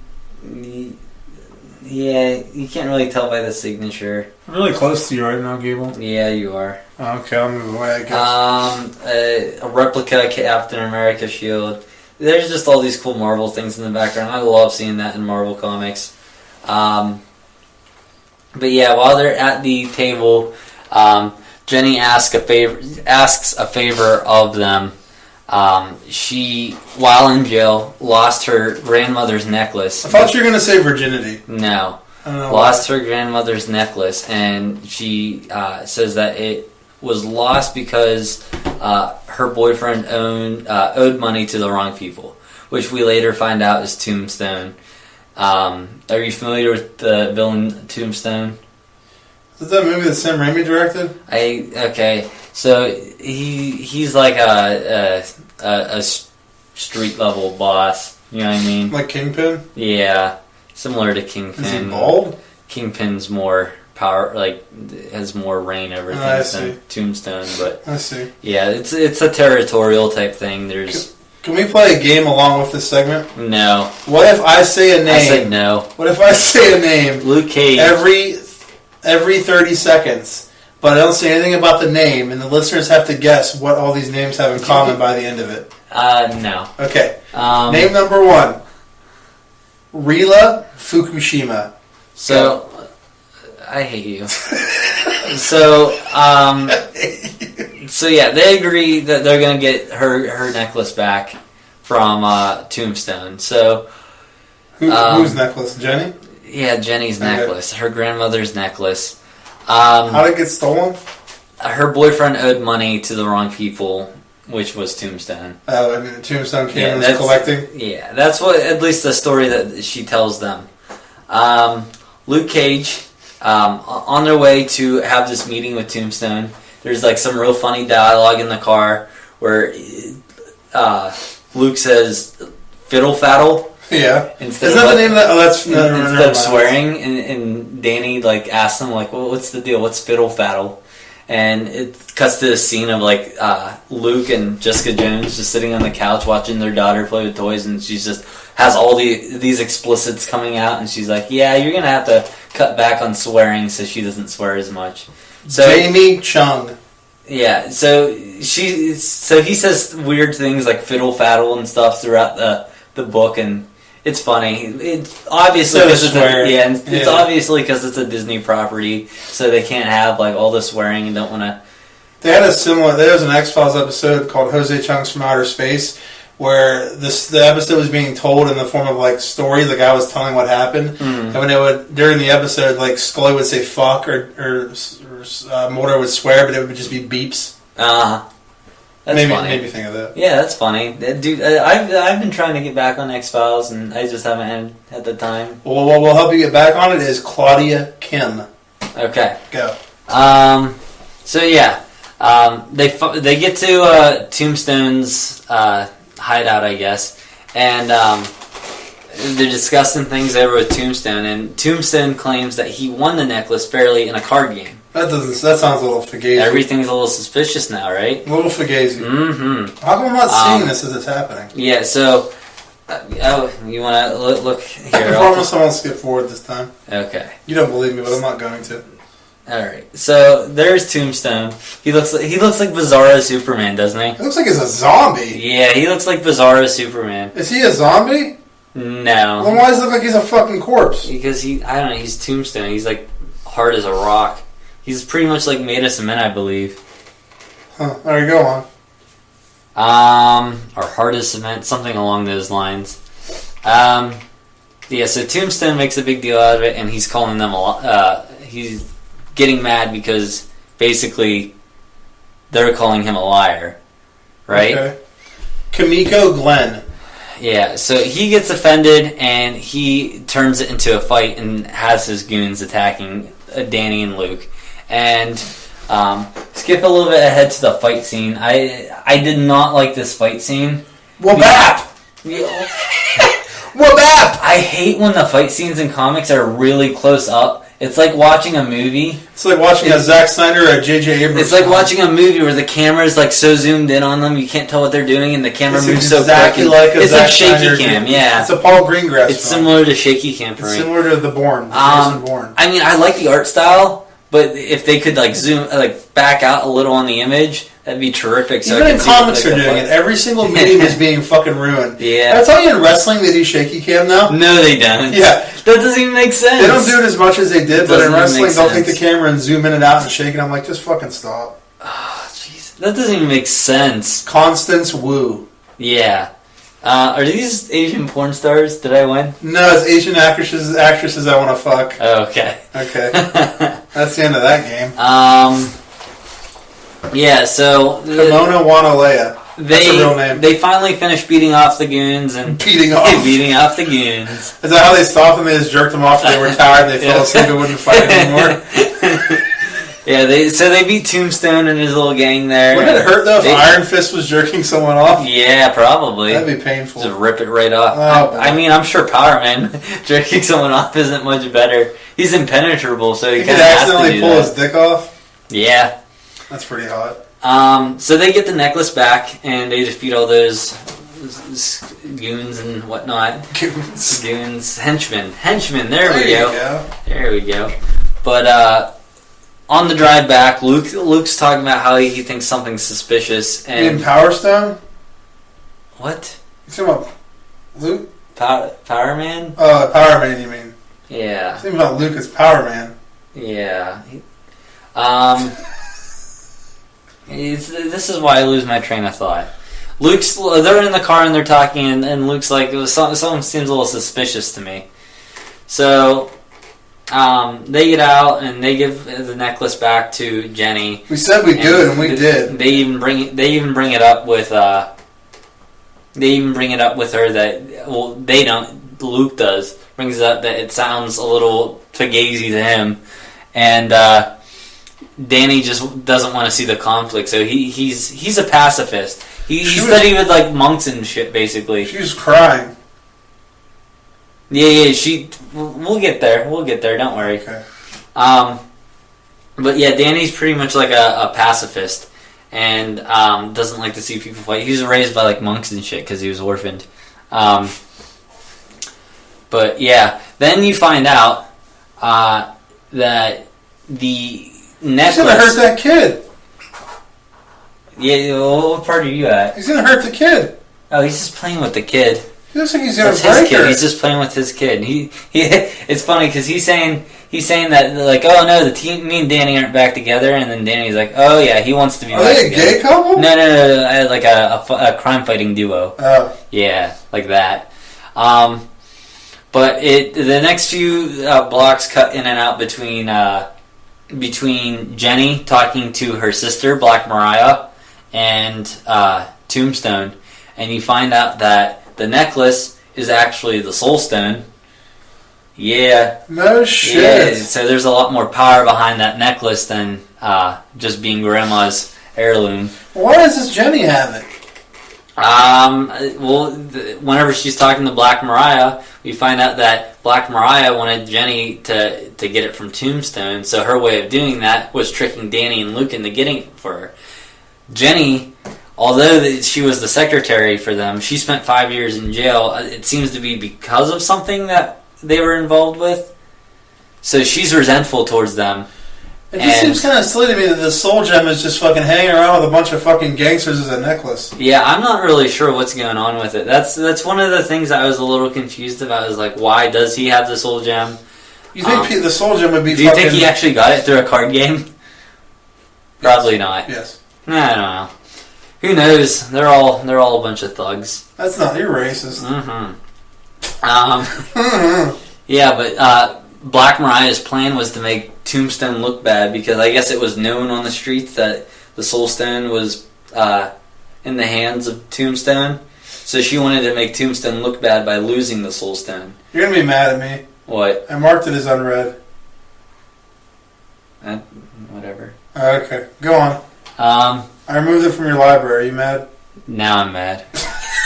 I do either of those I can things put it back in, right? Yeah. I really did click those buttons. Oh, that's a shame. I like that.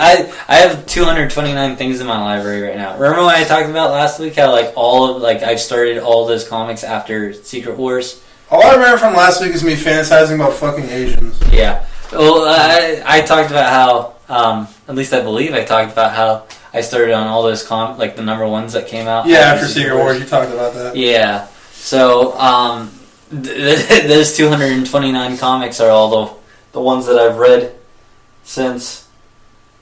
Alright, so are you ready to move on? I didn't know if you had any questions about it. You. Alright. The next one we have is Captain Marvel. I will get that loaded on here for you so you are visually entertained. Oh, yes. Like a child. Oh, you're a fucking prick. I was looking at these hot naked Asians some more on my phone. Okay. Rinko Kikuchi. Yeah, the next comic I'm reviewing here You should know her name. No. Who is that? I don't know. We're at 22 minutes here. Rinko Kikuchi was from a little film called Pacific Rim. Oh, okay. She was the chick that Jax fucked. Bro, Fan Bing Bing. I would fucking hit that shit. I don't. Bing Bing. Her name's Bing Bing. She's from Days of Future Past. Are you trying to bang bang Bing Bing? Maggie Q. Yeah. I put it in her. Yeah. Zhang Z. I'd like to move on with this if that's okay with you. Okay, go ahead. All right. So Priyanka Chopra. Fuck me. All right, go ahead. Don't even kill me here. What? You're killing me with these Asian names here. What are you talking about? Yeah, so I'm reviewing Captain Marvel #2. There you go. If you want to do me a favor, Dave, and read it'd probably be easier to read this way. I'm like in school right now. Maybe read that top section and the one underneath it. When former U.S. Air Force pilot Carol Danvers was caught in the explosion of an alien device, she inserted it into her vagina and was pleasantly surprised by its effects. Oh, boy. She gained superhuman powers, which gave her the ability to orgasm on command and also swallow unlimited amounts of semen all the time. Not a new chapter. Okay, let me do this for real. Was caught in the explosion of an alien device. She was imbued with superhuman powers. As an Avenger, she used her gifts to protect the planet. Now a new chapter awaits, because she is and always will be Earth's mightiest hero. She is Captain Whore. Yeah, so that's the Captain Marvel. That's the summary in Rise of the Alpha Flight Part. Sorry. That's the summary from the recap page. In Rise of the Captain Marvel is. In Rise of the Alpha Flight Part 2, Carol Danvers' recent appointment to the gynecologist of the Alpha Flight Space. Appointment to commander of the Alpha Flight Space Station seemed to be little more than a glorified desk job until a mysterious alien vessel bearing the Hala Star entered entered protected airspace. Now with the help of Alpha Flight's elite members, Aurora, Sasquatch. Dude, he's like a full-out hairy dude, too. It all makes sense. He's like a big Sasquatch. He literally is a Sasquatch. Aurora, Sasquatch, Puck, and the ever-excited Wendy Kawasaki, Captain Marvel, must investigate the ghost ship to discover whether its owners are friends or foes. Michelle Fazekas and Tara Butters, writers. Chris Anka, artist. Matthew Wilson, color artist. VC's Joe Comer, okay, that's enough. We don't need to do everyone. But yeah, do you have any questions on that? The Halostar, the Alpha Flight, anything like that? Was that saying how she became Captain Marvel? The first part did. The second part there was the recap from last week. Is it possible to read something and completely not pay attention to what you read? Yeah, I do it constantly. I just did it for that entire thing. Yeah, so basically what they're saying is Carol Danvers got promoted to work on this ship. Dick. Yeah, this Dick. She got promoted to, what was the title? Commander of the Alpha Flight Space Station. Which she was getting bored with, but then this spaceship with the star that's on her chest, I don't know if anyone's ever seen. Is the Star of David? No, it's the Star of Hala. Is it different from the Star of David? Yeah, I mean, I didn't know what that was whenever I first read the recap, but then they explained that that's the thing that's on Carol's chest. That. Do you think that Jewish people have gold hanging around their neck? Yes. Dude, that's fucked up. You can't say that. Yeah. That's racist, We're reclaiming it. We're taking it back. We're taking it back. Let's not go there. The Clerks too. Yeah. Alpha Flight Space. I know before it was pretty much like a Canadian version of like the Avengers, like Kevin Owens or the X-Men. I think like Kevin Owens. Yeah. Or like Bret the Hitman Hart. Yeah, but now they seem to be more of like a cosmic defense. Like Edge and Christian. Sure. I don't know anything about wrestling. I know Edge is in the Hall of Fame now. How'd you know that? I think I read an article. Oh. You know how he got in the Hall of Fame? Sucking dick. Vince McMahon's dick. Mm-hmm. It's tasty. Yummy. Go on, why are you... Were there any other questions about that? Nah. So whenever I talk about Wendy in here, Wendy is the like scientist character in this. So, oh fuck, my page just turned off. Oh boy, that's a shocker. That's never happened. No, the last podcast that happened a billion times. Yeah, so it starts out with them exploring the ship, and as they're exploring the ship, they're realizing that the wall... Whenever I was reading this, it had a very alien-type feel to it, like when they're exploring, you know what I'm talking about? That, like where the space jockey is and stuff. Yeah, I got that feeling the whole time when reading this. Yeah, but they're exploring the ship. There's hieroglyphics on the wall from some ancient language they can't decipher. Egyptian? No. It's Egyptian. No. Only the Egyptians did hieroglyphy, you ass. Oh. It's actually true. I think aren't there different forms of hieroglyphics though? No. Maybe they said similar to hieroglyphics. There's Egyptian and Moses, and that's it. I hate you so much. I don't know what I'm talking about. I never do, really. As they're exploring the ship, they see that the ship is... they discover the ship's made of like organic material, and one of them was under the assumption that meant it was living, but they explain that it's like a combination of organic and non-organic material. But that's later explored because whenever they find out the ship's not currently on, or like, yeah, on, I guess, they have to restart it by making the heart work again. There's a heart for the ship, as opposed to like an engine. So the ship had a very strange. That sounds like Tin Man from the episode Tin Man of Star Trek: The Next Generation. Would you like to elaborate on that? There's this episode called Tin Man of Star Trek: The Next Generation, where there's this creature that's like orbiting a sun that's going to explode, and they're trying to go there and talk to it because it seems really powerful. It turns out this creature is actually a spaceship, and its crew died from radiation, and the actual spaceship creature is all alone because it doesn't have a crew. Interesting. Yes. You like Star Trek. I made all that up. That didn't even happen in an No. episode. No, that's a real episode called Tin Man. I'm kidding. I didn't make it up. Yeah, but as you can see in the show, it has a very organic look to it. Like it's Looks like trees. like it could be like if they got shrunk down and put in like a human stomach or something, you know. Yeah. All right. Go on. Sasquatch looks gay. Go on. As they're walking along, all this there's like this pile of white stuff that comes on them, and it literally looks like chunks of cum. Do you see it? Is that pointed ear girl an Asian? Yeah. Oh yeah. Yeah. Well, that looks like a lot of cum. Does it not? Yeah, it really does. It even says splat in like cum letters. Like that's what it would Sploosh. say. Yeah, it was like sploosh. Yeah, they look like little like white tiny squids. They didn't really elaborate anything on that. I feel like that's something we're gonna see in the next comic. Yeah, but they just drops on them and they brush it off and they're like, okay, let's move on. So they didn't really talk much about the white cum squids. You just got a facial. Yeah. So let's see, where did we leave off at? So they're exploring the ship more and they come across this room. It's filled with all these what are those chambers called? The hyperspace chambers.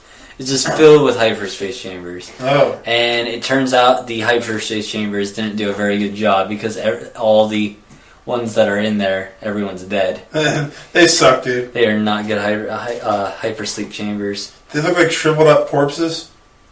Yeah. Is that where you're at? Did they try fucking them? Possibly. Why is there a hole in that one? That's weird. It looks like there was something inside the hole. Yeah. That one character looks like she's about to shit her pants in this panel. No. Look at her face. She's like, yeah. Yeah. She's like, Yeah. After they discover the room, they didn't really elaborate on why they were there either. A lot of questions didn't get answered for me on that ship. Were questions raised? Questions were raised. Were they answered? I don't know what the cum squids are. I don't know what the bodies are all about. Is Sasquatch just a hairy juggernaut? I guess I don't. Look at him there. It looks like a hairy juggernaut in the top left. Top left. Yeah, I can see that. Okay, good. You better. All right, go. Yeah, as they're exploring the ship, though. What about Asgard? The rest of the crew from the Alpha Flight is back on the station. They are interrogating some other alien royalty from another planet because they are suspects in some attack that happened. I don't even remember an attack happening in the last issue. Are any of these comics going to have girls like fingering themselves or no? No. Why not? Because they're made by Marvel, which is owned by Disney. You're telling me that people in Disney don't fuck themselves? That's correct. How do they reproduce without fucking themselves? That doesn't even... I hate you. This is another reason why we're not on topic right now. No, let's talk about the wheelchair girl. It's so hard to talk about. The wheelchair girl. What wheelchair girl? She's in that wheelchair little girl. It's like she's in a wheelchair. She's in like the command chair. Because she can't stand up. Captain's chair there. Clearly she can't stand up. She could just be sitting down. People sit down as we are right now. Yeah, but she looks... I've never seen her stand. I can't believe people are actually going to listen to this and be entertained. They're going to listen to it. That's about it. Probably not. They're not going to be entertained. Mm-hmm. Go on. Where were you? Yeah, they're interrogating those other aliens. I don't remember this attack that they're talking about going on, but apparently some attack happened, and it was You find out that the information on the attack was falsified to look like those alien species did it, and you find out that it's very probable that it was an inside job in the Alpha Flight space station. Is there any point where a girl's going to get raped by a bunch of scorpions? I don't want to do these reviews anymore. But why? I don't. Why? I can't even get one, like, at each note, in between every single note, is a non-off-topic comment. How is it off-topic when I'm asking if she's going to get raped by a bunch of scorpion creatures whenever it happens right in this page, fucker? She doesn't get raped. Okay, they're going inside her. Okay. And she's all cut up and stuff. Alright, so anyway, as we go back to the part of the Alpha Flight that's on the mysterious station, and you're getting ahead of it again, right? No, I'm not. You are. I'm laughing because you said you don't even want to do the reviews anymore. I know, it's making me really sad. Yeah. Go, man, go. I don't even know where the fuck I was at. You said something about scorpions are going to try and rape her. Yeah. Well, you jumped ahead, but... No, I didn't. That's what you were talking about. The Alpha Flight that is on... The part of the Alpha Flight team that's on the ship, not their ship, but the ship they're exploring, they are trying to restart the heart of the... Of the ocean? Of the ship. Oh. Because you find out that the ship does not have an engine, it has a heart. That's how organic it is. You said that in the beginning, remember? I did. I said I'd get to it later as well. Now, at any point did they take the heart of the ship and throw it into the water? They throw it in there with Moby Dick. Oh, no, that's the end of Titanic, silly. Yes. Yes. So once they get that heart rate started, the security system comes on, and all these fucking bugs and scorpion type things like you were talking about came out and started attacking them. Now Wendy, the team scientist, there's a whole action sequence where she gets locked in a room with these bugs, and she and Captain Marvel's fighting her way to get in the room, and Wendy uses... It looks like she has some sort of power. Like looks like they're about to make out. Flashbang power. Do you see the flash? Yeah, is the flashbang thing there? That's over here. Yeah, you're ahead of. Once again, you're ahead of the game here. You said, and I quote, the creatures come to attack them, and then you said a flashbang happened. You're going in the wrong order. You're right. You know, I am the champion, my friend. Okay, I'm taking over this review. In the next part of it, the Chinese elf sits in the chair. And then she tells Captain Marvel to go. They don't even know what actually happens in this. They won't. They won't. They're not even listening anymore. And then Sasquatch takes his dick and hits the scorpion with it. And then she gets electrocuted by water inside of a sewer. And then the Juggernaut Sasquatch tapes up her wounds and they play with the green girl. Go. Okay. Go back to where you were. So, yeah, I remembered it incorrectly. There's like these constrictions that come out and start binding binding Wendy, and then that's when she does her like flashbang power and breaks out of them. And does it go? Wahoo! And then she gets locked in the room. Wahoo! You sound like Richard Nixon.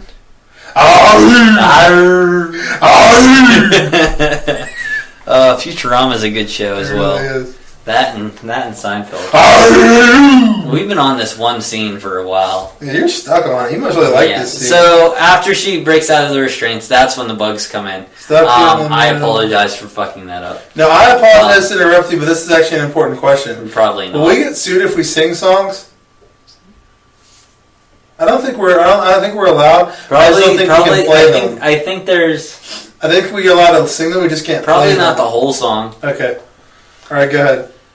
I'm a teenage Frankenstein. Yeah, I don't know. Alright, good. Yeah, so Captain Marvel gets in the room, and by that point, she's already. It looks like. Let's see. The scorpions are there. Yeah, I have bad notes. Captain Marvel defeats the scorpions. I have bad notes. Yeah, Captain Marvel breaks into the room, defeats the scorpions. Basic action scene nonsense. You're not supposed to stooge yourself off if you mess up, dude. Yeah, it's similar to like a horror movies type action as far as comic books would go. I gotcha. After they break free there, they're all beat up from fighting them, and they return back to the Alpha Flight ship. Once they get on the Alpha Flight ship, the guards of the ship come over and they announce that they have to take her into custody. Wendy, I mean. They have to take Wendy into custody because Wendy is now the lead suspect in the attack on them. That's fucked up. Yeah. So that they think Wendy's the one who falsified the information on those other aliens. Do you think she's getting framed or that she did it? I think she's getting framed.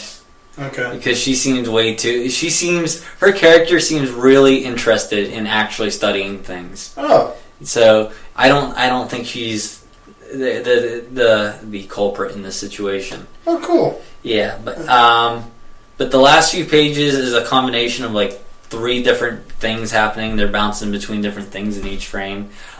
Between Captain Marvel standing up for Wendy, telling her she has a bunch of rape cuts, doesn't she? Yeah, she has a bunch of cuts from the scorpion bug things. Raping her.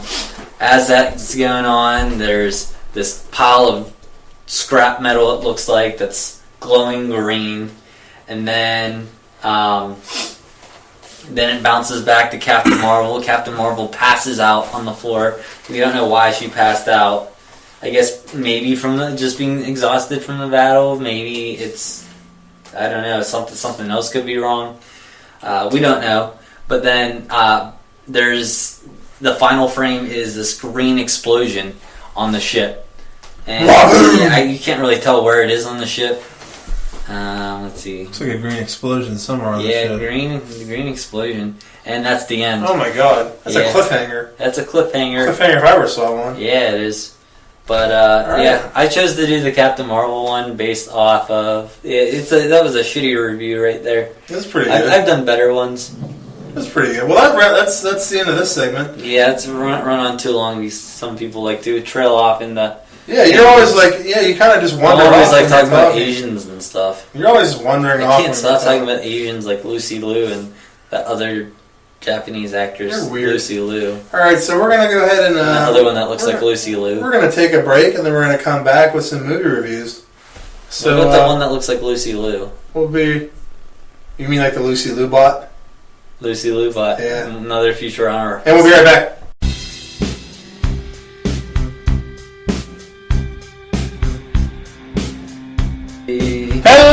Hello! La la la, we're back. It's late. So don't be a bitch. You're getting all tired. You're getting all tired. Late. Okay. Who's typically not tired at 3:49 a.m.? All right, and we are back with the movie review segment. This week we're going to be reviewing Pete's Dragon and The Good Dinosaur. Pete's Dragon. The Good Dinosaur will be our retro review. It's our retro review for the week. But before we get into these, I did watch Sausage Party. You did. However, we will not be reviewing Sausage Party because I could not take notes during Sausage Party because I watched it with my boss. And I didn't want to sit there on my phone or sit there taking notes because it might rude. It would be rude, so I didn't want to be common rude. courtey. But just overall, I did like it. I definitely thought it was good. I thought it was. You liked it a lot? I thought it was pretty funny. Rating. If I can't give a good rating, I'll give you a good review. If I had to guess, maybe around a 6 or a 7, something like that. I thought the movie started off really funny. The middle of the movie there was a lot of parts where there was just like not jokes and it wasn't that funny, but there would be really funny jokes every now and then. And then you got towards the end and it was really funny. And yeah, I heard that last like 15-20 minutes was hysterical. Did you hear about what happened? The food, there's like an orgy. There's a food orgy and it is fucking crazy. Like the fucking hot dogs going through the male bagel and fucking him and then fucking the bun on the other side of it. Like it's just like, dude, they're just showing all these different things. Like it's just fucking nuts. You're just like, movie's like, how is it not NC-17? Because it's food stuff. That's why. I know, it's just crazy though. There was an article Finch was reading that was saying basically the only reason they got away with it and they get an NC-17 rating is just because it was cartoon food stuff. Yeah, I heard that the people were so confused on what to rate it. Yeah, like it was just fucking crazy. Like I want to watch it again because there's so much stuff going on in that orgy scene. You're just like, what the fuck? Like there's just stuff in the background. So hot. I want to jerk off. Oh, I wanted to come all over the sausage. It was so fucking hot. But yeah, I mean that was funny. There were some movie references. There was a Terminator 2 reference I loved in it. There was a couple other movie references. The one part was really funny. It gets, I guess you would call it meta, where they sit in there and the one guy, the one food item who's like kind of like the wise Indian or whatever throughout the movie, who tells them that the great beyond is fake and the food items just go and they get killed and eaten by the gods, which are people. At the very end, after everything's kind of resolved, he's like, I gotta talk to you again. We've had another revelation. It turns out that all we are is just something called cartoons. And we're just here being watched by other people. You're played by some guy named Seth Rogen, and they show a picture of Seth Rogen.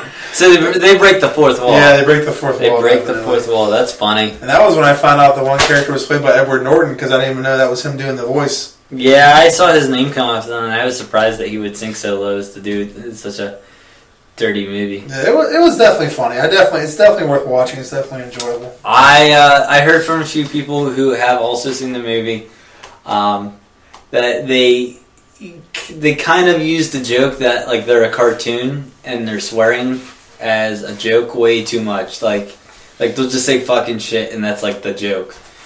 Yeah, they do that. I didn't find it like.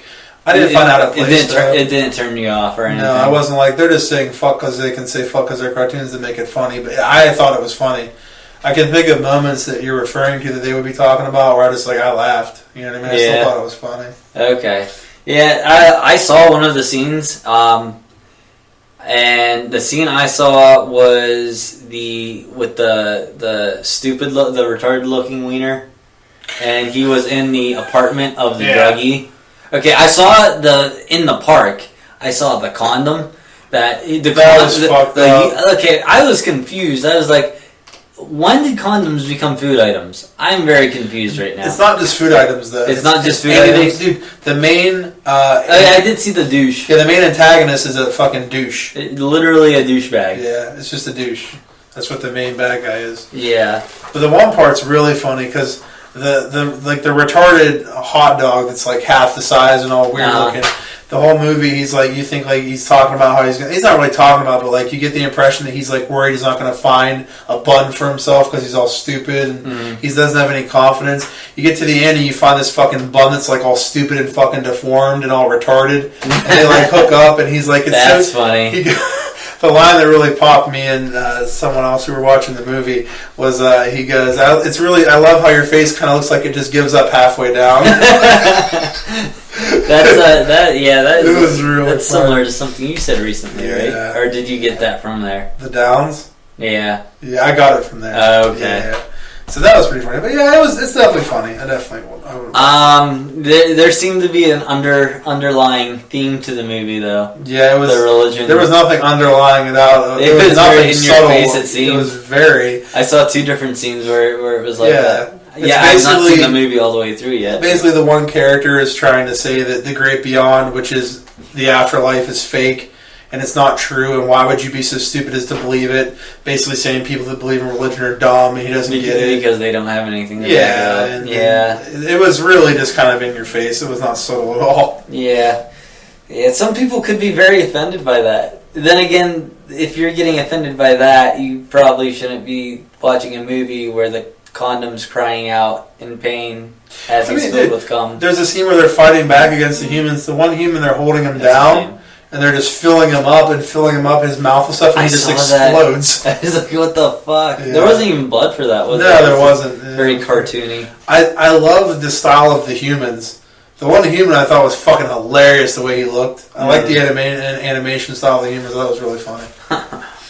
Yeah, that looked like a good movie. So check it out. Yeah, definitely. It's definitely worth watching. Yeah, if you haven't watched it, watch it. We'll come back to a full on review for that. Eventually, maybe. Maybe, I don't know. Maybe we might have moved on to something else by the next time we record. Well, there's so many movies. Not only are there so many movies, it takes us about 30 minutes just to review one. You know what I mean? I mean, how many movies can we possibly review? Yeah, you're right. I mean, I feel like we got a good idea of what it was. Yeah. Yeah.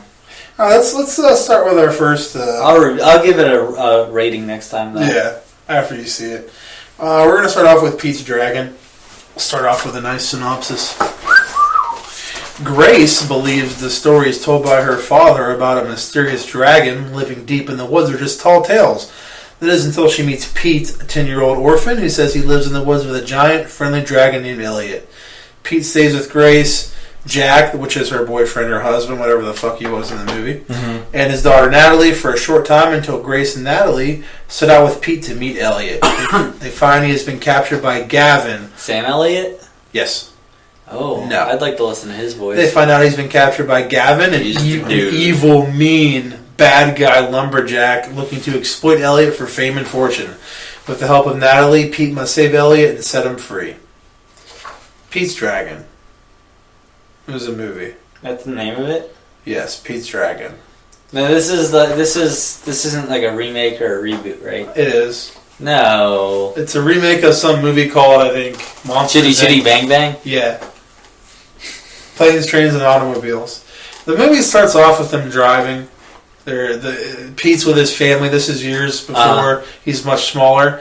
He's driving with his family, and then this is a Disney movie, right? Yeah. Yeah, Disney has this infatuation with murdering parents. It happens all the time in their movies. So does happened in Marvel. Good Dinosaur as well. The other movie we're going to review. They always seem to kill off the parent or parents. So the kid's sitting there hanging out. I'll tell you why. It's an easy way to get right to your heart. I guess. Good Dinosaur didn't. I'm not saying it's okay. It's kind of starting to become a cop out to how are we going to get them emotionally invested in this character? We'll kill their mom. We'll kill their dad. We'll kill Disney both of them. movies have always been like that. Yeah. Well, I mean, it's I don't know. That was unnecessary. I shot rubber bands across the room.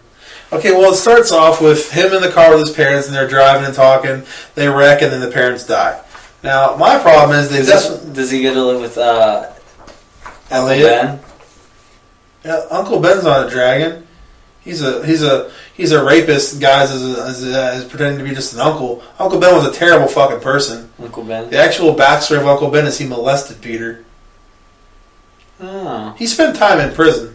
And his dragon? That's where he learned to toss the salad. Wait, is the dragon have spider powers? No. But he does have powers, which I will get to. Ooh. They could have spent more time with the parents before killing them off in 3 seconds. You barely even meet them, and they died really fast. And I was like, I didn't care that they're dead. So that's not a flashback. That's like... It starts off like that. Okay, gotcha, and then they just die. And I'm like, alright, see you fucks later. But they did a great job of quickly building the relationship between Pete and Elliot. And making you care about their friendship and care about Elliot the dragon. Did they at some point... You know what? I'll let you elaborate your point first, then I'll go back to what I was going to say. This dragon... This may sound... This dragon's cute as fuck, bro. Cute dragon? Dude, he's like a fucking big dog. You're like, I want to hug that dragon. You care about this dragon. You don't want anything bad to happen to him. He's cute big, green, furry motherfucker. Oh, he was cute as fuck. But they did a really good job of building their relationship. What the fuck were you going to say? What was it? What is there a good scene where it was a good relationship building scene? Probably when they first meet, because the kid's fucking crying because he's wandering around the woods and his fucking parents are dead. And you kind of get the impression that the dragon realizes something terrible happened to him. Elliot does, and that he's going to kind of take him, you know what I mean, and take care of him. It's kind of... Okay, so hear me out on this. So your camera focuses on a bald man crying. This man's sitting there. He's covered in tattoos. Is it me? Oh. He's covered in tattoos. His face has a skull on it. Right? He's just sitting there crying because he just killed his family. And then this big crocodile that doesn't really even look like a crocodile, it just looks like a guy with body paint on, comes, and you see he really cares for this feels bad and cares for this guy who is just sitting there crying about his dead family. Now, do you think that would be a good way for them to build some relationship between the characters on Suicide Squad? Here's your problem. If you see a bald grown man with tattoos crying, you think he's a bitch. You're not gonna feel bad for him. He's a bitch. Stop fucking crying. Don't be a man. Quit being a pussy. Okay. He's a bitch. A little kid can cry. He's a kid. All right, that was my question. If Pete was 18, I'm like, you're a fucking bitch. Get over it. Your parents are dead. Wham wham. That is my question. Move on. Okay. I don't know. Okay. Now, I don't know if the original had him able to camouflage with the environment, but it was fucking cool. He's like Predator. He just like fucking turns invisible and you can't see him. Could Killer Croc do that? He should have, so we wouldn't see him the whole movie. Yeah, that'd be fucking phenomenal. But it explained why he hadn't been caught for so long. Because if he can turn invisible, that's why no one could see him. You know what I mean? Like, yeah, it was really cool. I don't know if he did that in the original. It's a good explanation. I never saw the original. Okay, now I'm going to get into my main gripe with this movie. This is my main issue. I love gripe. I don't understand Elliot not having a dick. The dragon.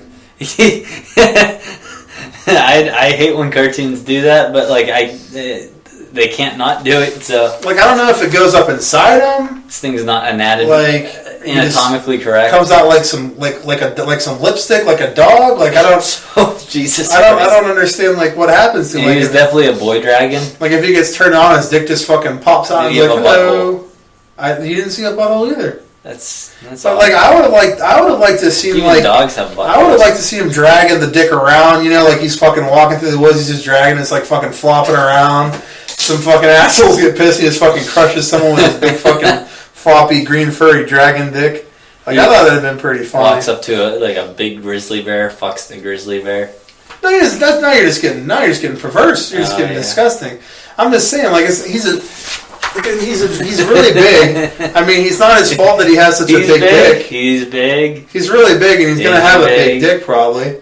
So I mean, you know, he doesn't mean to like crush Gavin with his fucking cock, but it just might happen. You know, who's Gavin? He's the lumberjack I told you about in the beginning, the evil lumberjack. You don't fucking listen. I forgot his name. Portrayed by McCoy from Star Trek, Carl Urban. So I don't know. I just would have liked to see his dick. I don't want to sound gay or nothing, but I'd love to have seen his big fat dick. That's all I'm trying to say. That sounds interesting. Let's move on from that. I'd love to. I was not expecting him to breathe fire because I didn't know that in the original. I didn't know if he did it or not in the original, but it was really badass. Carmella? I did not see it coming. He was breathing fire all over the bridge and melted it. It was pretty cool. Dude. Dragons breathe fire. No shit. It's a fucking kids movie. It's not supposed to be scary and violent. Perhaps this dragon does not breathe fire. It appears it does. I win. It did though. It did, and it surprised me. And it was cool because it was a dragon, and that's what dragons do. Okay, now I got something to tell you here. Okay, You ready? Nope. Okay, I'm as ready as it gets. The movie starts with a shot from the sky, panning down to the car driving with Pete and his family, and when he's little. Okay, Pete and his family. Pete and his family. Okay.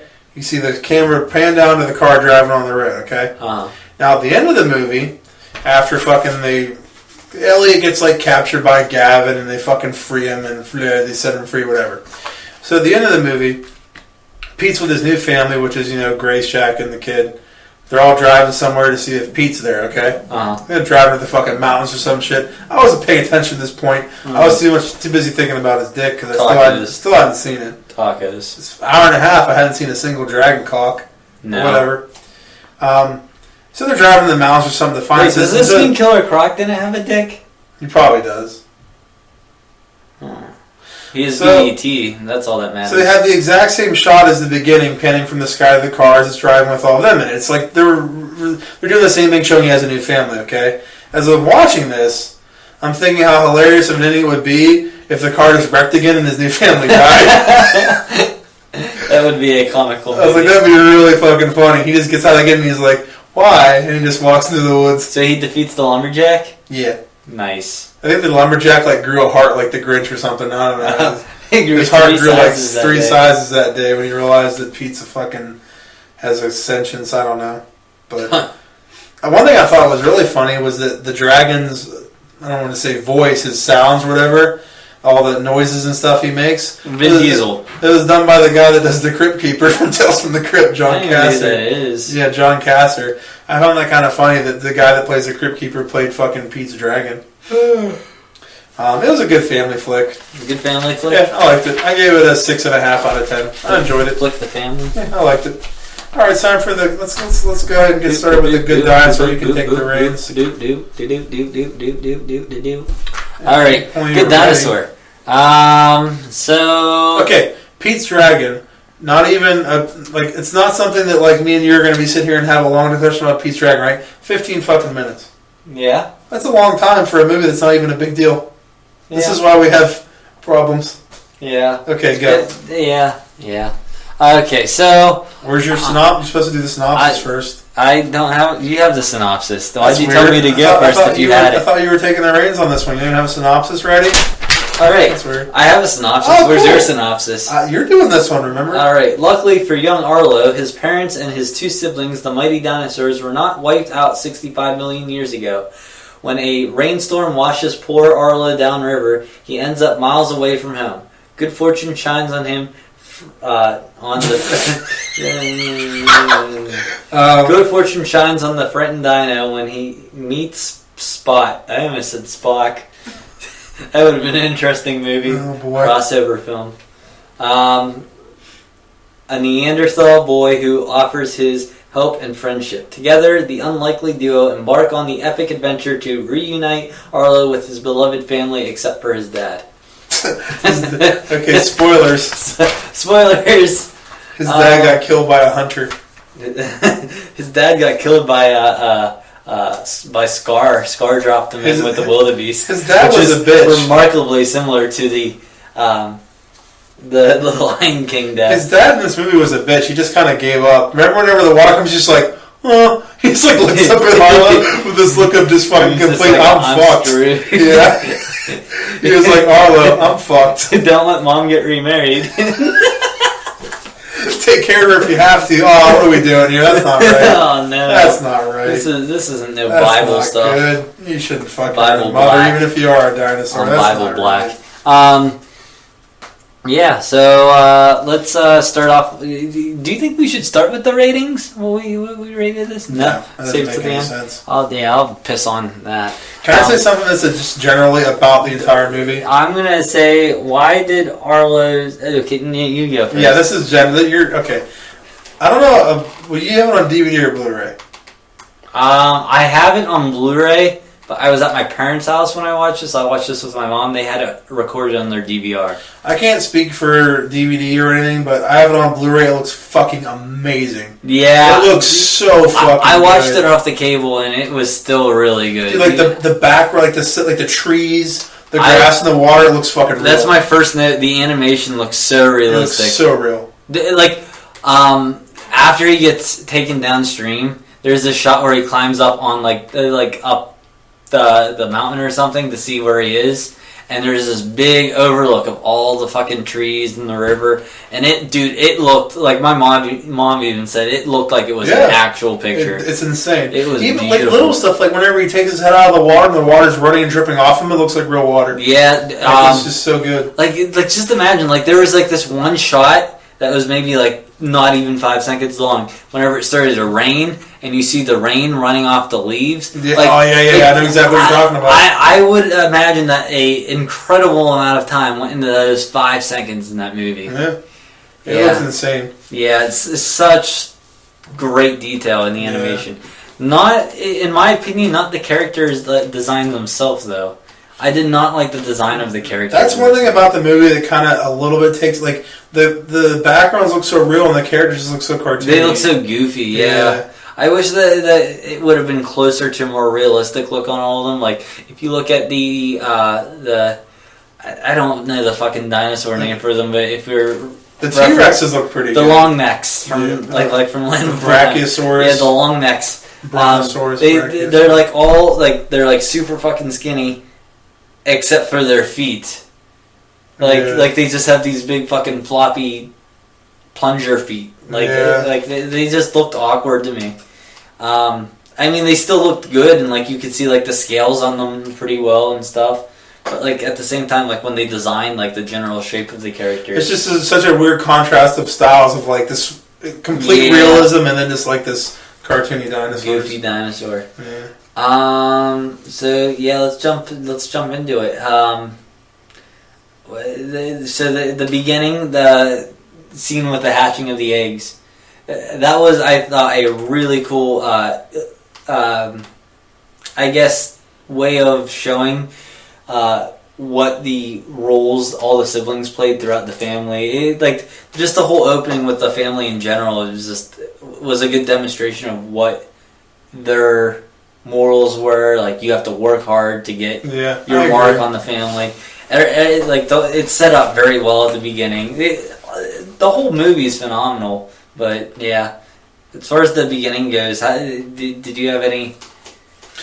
I mean, I definitely liked them setting up the family. I think they did a good job with the family too. Mm-hmm. This doesn't relate to what you're saying, but it does have to do with the beginning. Like this mostly happened in the beginning of the movie, like the first 15 minutes. But every single time, Arlo would scream as loud as he could and run away. Like I would fucking laugh so hard. The way they did it was just so fucking funny. Him being so goofy, that, I love that. Let's see. You're doing a great job with the lead on this. I mean, feel free to jump in. You have all the notes. I told you I was going to. Oh, you're going to jump off my notes. That's right. Okay. Yeah.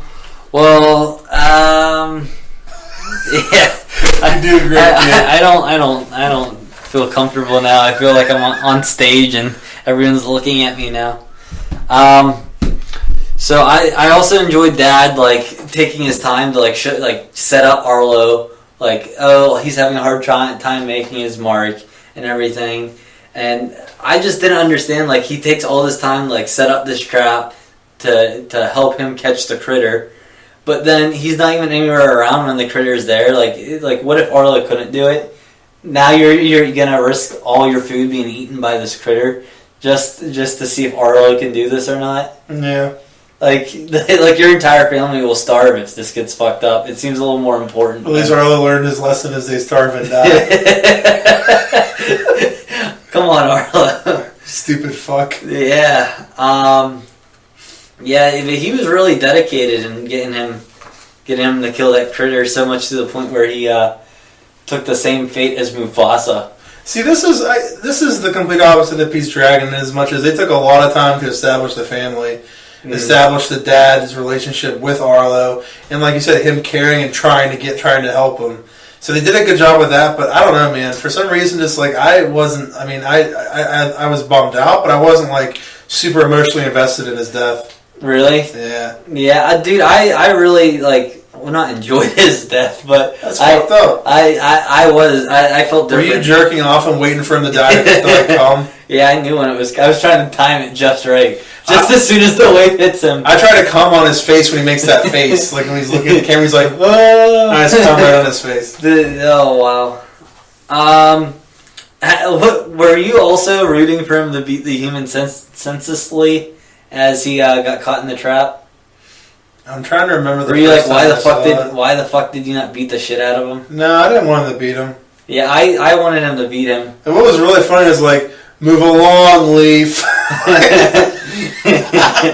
What are you doing here? Starting the spot. Yeah, that's funny. And just the look of pure terror as soon as that trap goes down and he hears that. Dude, when he turns his head and his eyes are wide open, it's so fucking well done. I didn't think it'd actually show up. Dude, whenever that happened, I even thought to myself, this is so funny and well done. When his face is so well done. Yeah. But yeah, his dad's dead now. Very similar to the Mufasa scene. Yeah.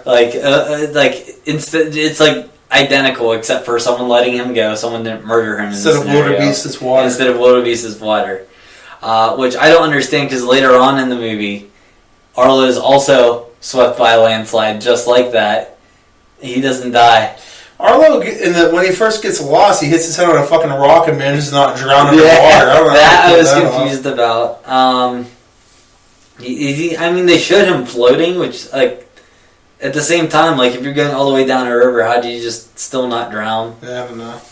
I don't know how much logic we can expect from a kid's movie, but it's no defense. I saw, let's see, whenever what's his name, Spot? Yeah. Or Spot, Arlo gets his foot trapped under the rock, right? Yeah. I really like the relationship building whenever Spot is paying him back for letting him go. Yeah. And trying to feed him and make sure he's okay.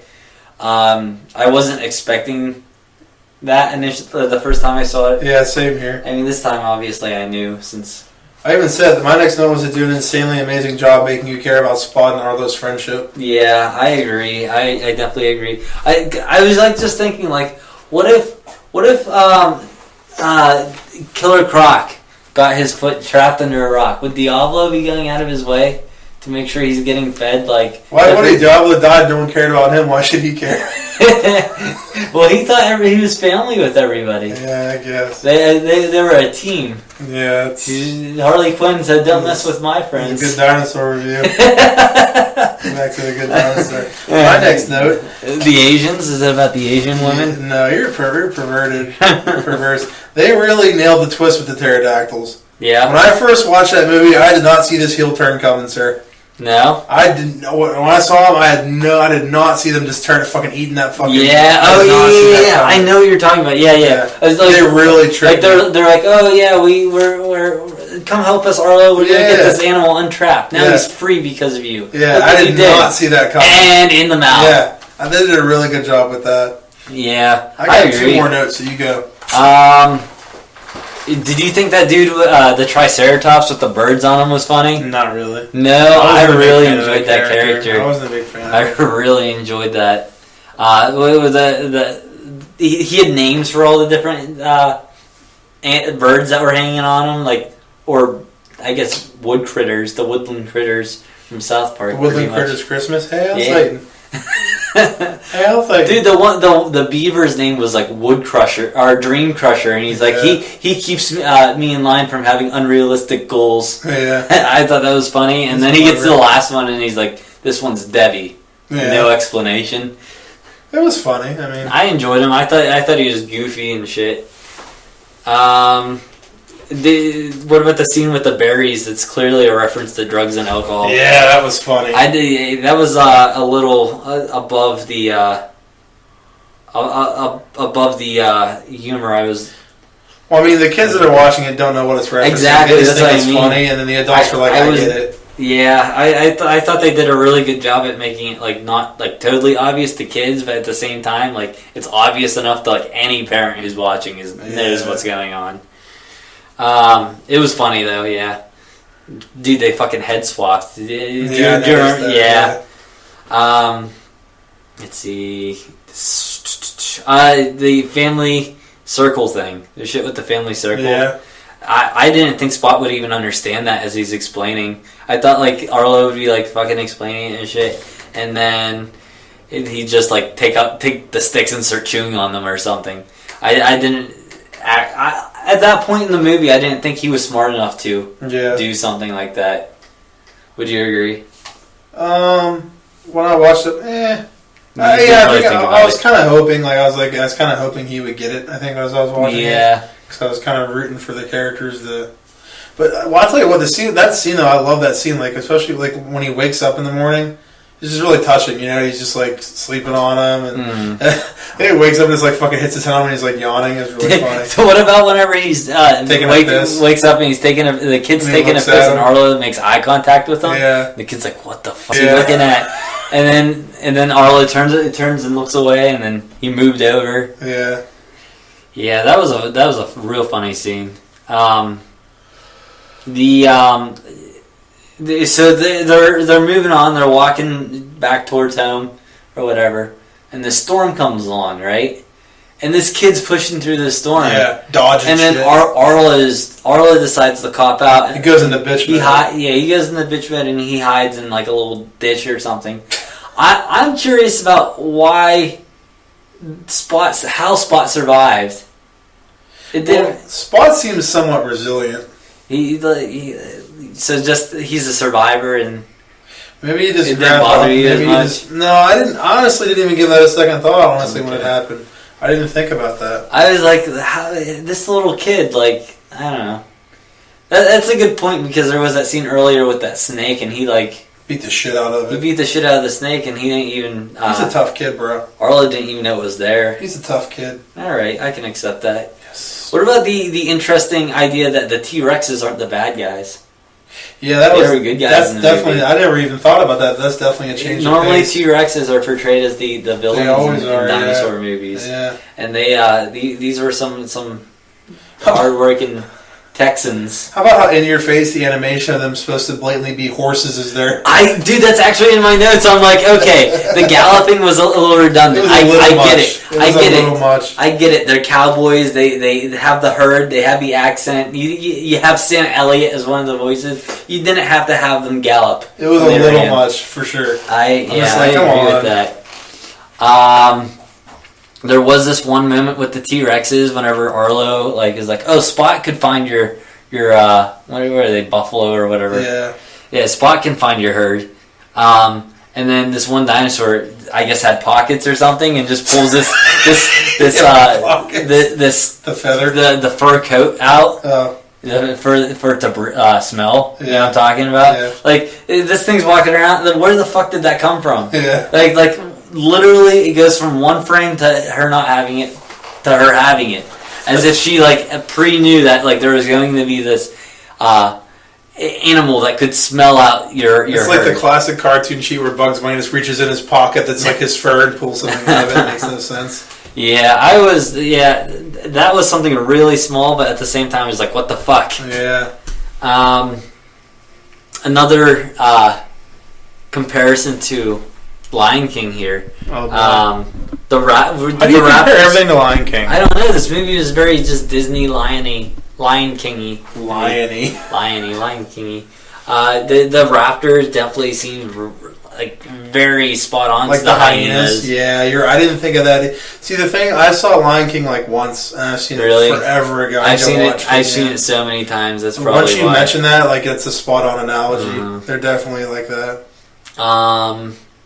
Another thing with Sam Elliott, his speech whenever they're sitting around the fire about getting past his fears, and once you get past it, it's beautiful.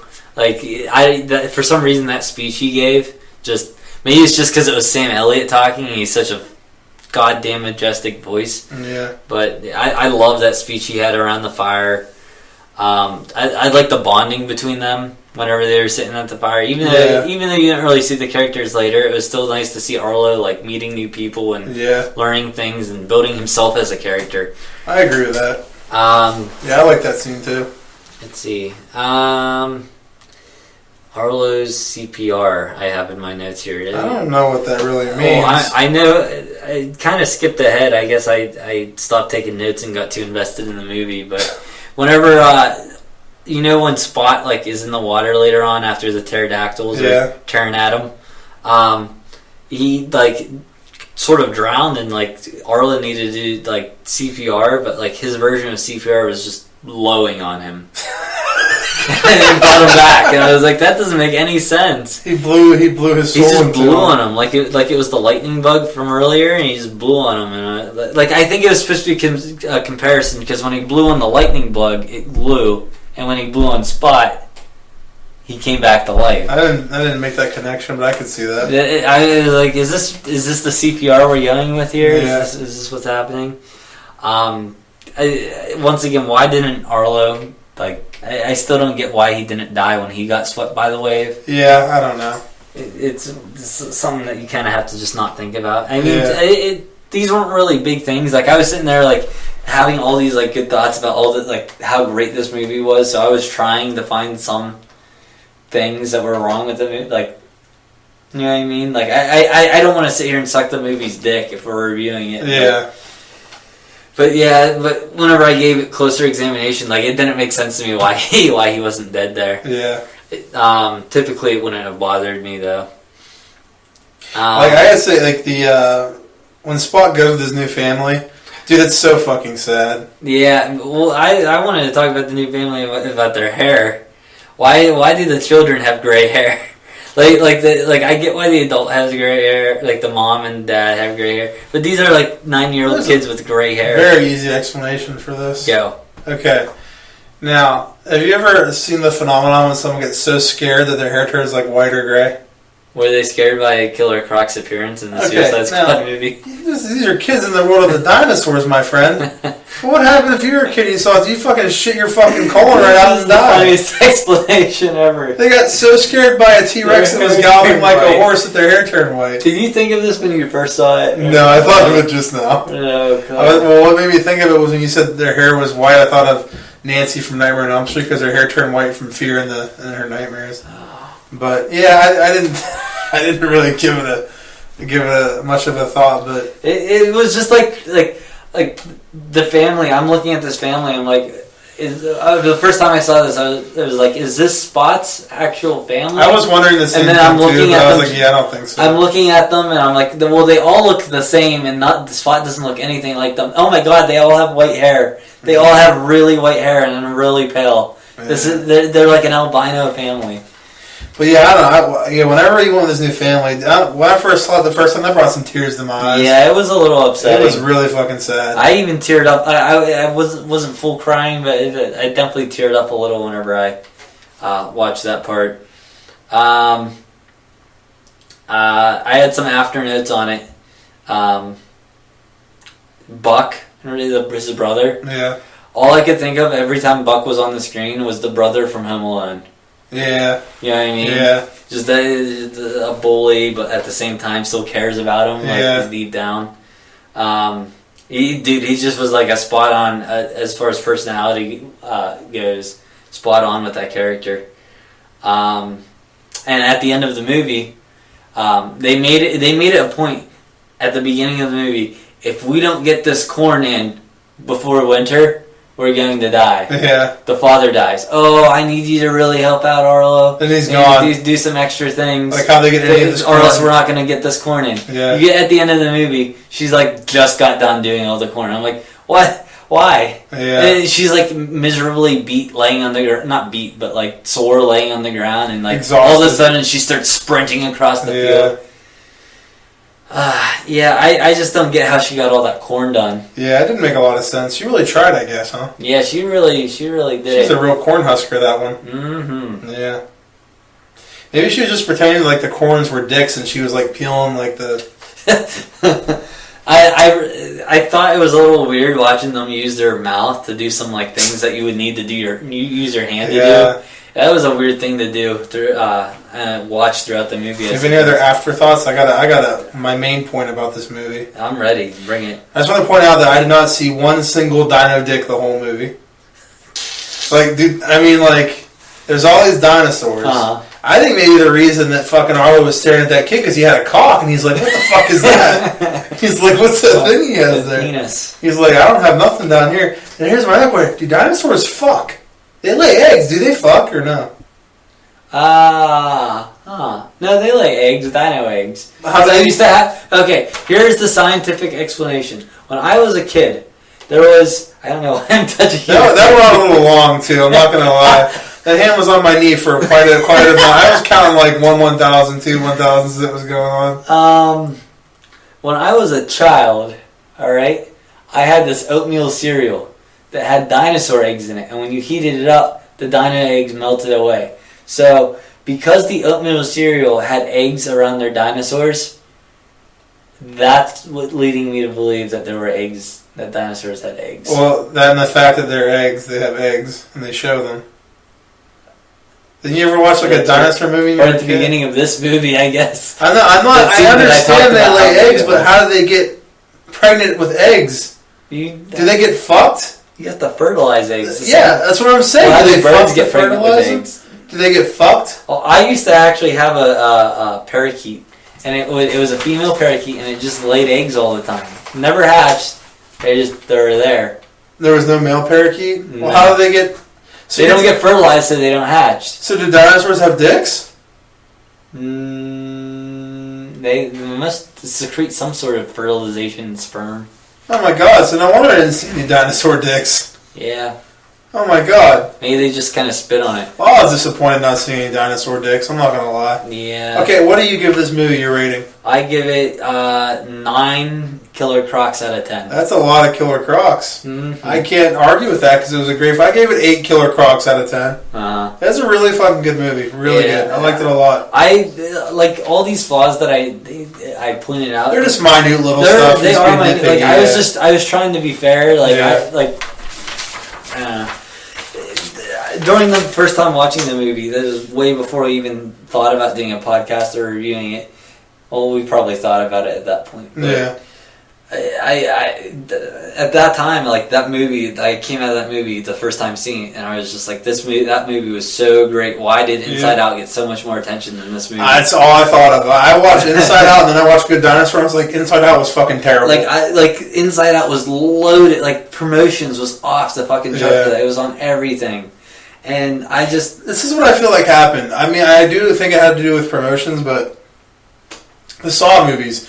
There were so many Saw movies. All the Saw movies are great, and then Saw 5 comes out. Saw 5 comes out, makes a shit ton of money like the other ones. Mm-hmm. I thought it was fucking terrible. Terrible movie. Saw 6 comes out, I thought it was fucking amazing. It hardly made any money. I think because people saw a bad taste in their mouths from Saw 5. I think a lot of people did go see Inside Out, but I think a lot of people might have had a bad taste in their mouth. That's a really good comparison. And I think maybe because Disney's of that... taking a page out of the old Saw books. Yeah. If I had $1 for every time Disney copied the Saw movies... you'd have like $6. $16,000. $16,000. I mean, Arlo is clearly structured after the character Jigsaw. I think that's pretty obvious. You didn't need to say that. You just sound like an idiot. Yeah. Oh yeah, and he's green too. Thank you, Dave. All right, and we're gonna end this segment now. It's all right. That was the end of our segment. Yeah, so we're gonna be right back with part 7. Whoa! What you're gonna hear now is the future, because you're gonna probably hear the segment with myself and my cousin at Comic-Con next. The future. So basically, our continuity is gonna be all fucked up, like it's like some sort of sort of Suicide Squad or something. Go. So coming up we're next, just the patsies, Dave. But what if we don't even record it though? We're just the patsies. What if I'm like, hey, we're going to this next segment and it's not there? That's basically what the Suicide Squad did. So let's carry on. So here's what I'm going to do. Even if I don't record it, I'm going to go on the mic for like a minute and be like, yeah, we're not recording the segment. And I'm going to turn it off. You know what we should do? We should hire a advertising company to edit this for us. And like we get like a 30-second excerpt so we can put it on like the radio so people can hear and be like, oh, they're so funny. And we'll like it so much that we'll have that company redo our entire podcast without our consent. That was a lot for a joke to rip on Suicide Squad. Oh my god. Okay, now we're actually going, and when we come back, we'll have our segment from Comic-Con. And for you, say goodbye. Bye. Fuck you.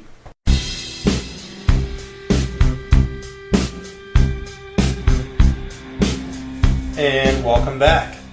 We are back here, and now we are in Chicago. By we, it's me and my cousin Justin. Say hello. Oh, hi. Hey, there he is. Gable is currently not here. He's at work because he's a dumbass, and I'm not at work, and I'm great. So I'm here. So we're going to have a little chat about Comic-Con and other things that are going on out here, whatever we really want to talk about. So how was your first Comic-Con? Wait, no, we can start this off by saying that Justin just took a piss in the sink. It's all pipes! It is all pipes. I was in there taking a piss, and then I took a shit, and then Justin, all I heard was, I'm going to piss in the sink in the distance, and then I heard water running. I assume that wasn't all the piss coming out, because that'd be a lot of piss. I mean, it was quite a bit, but you're rather encouraging about the whole thing, so... Yeah, okay. So that was fun. But how are you enjoying this Comic-Con? It's my first Comic-Con and convention ever, so it's rather overwhelming, I think. Yeah. The costumes are pretty awesome, I think. That's probably my favorite part, just watching other people, see what they show up as. Yeah, I've seen some pretty cool costumes. There was a Master Chief one that was pretty bad. That was really awesome. I did see him close. Yeah, there's been some nice sluts too. I can't confirm they're sluts because they haven't had sex with me, but they look really hot. Well, there's, like you said, there's 1,000 Harley Quinns. The Rita Repulsa costume was good. Yeah. What else is there? Now I saw this. I thought this was odd.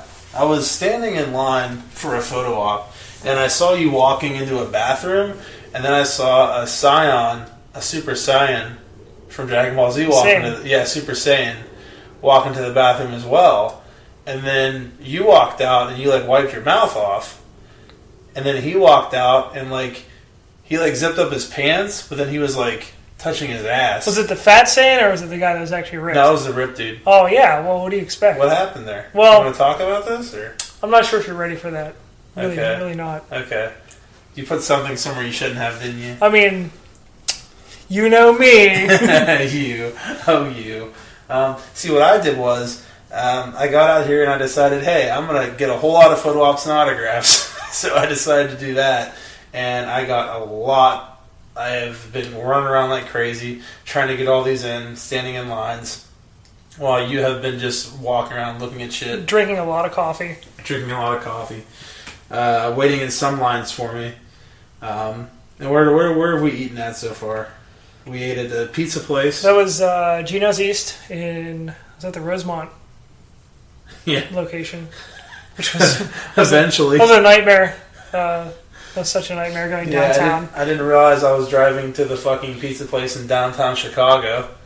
And we got down there, and we were going to park somewhere down there. Parking's like, what, $20 to $30? Parking's insanely fucking expensive. For an hour? So we were like, fuck that. Well, and then we were going to try to do it, and then we found out they're about to close anyway, so then we didn't.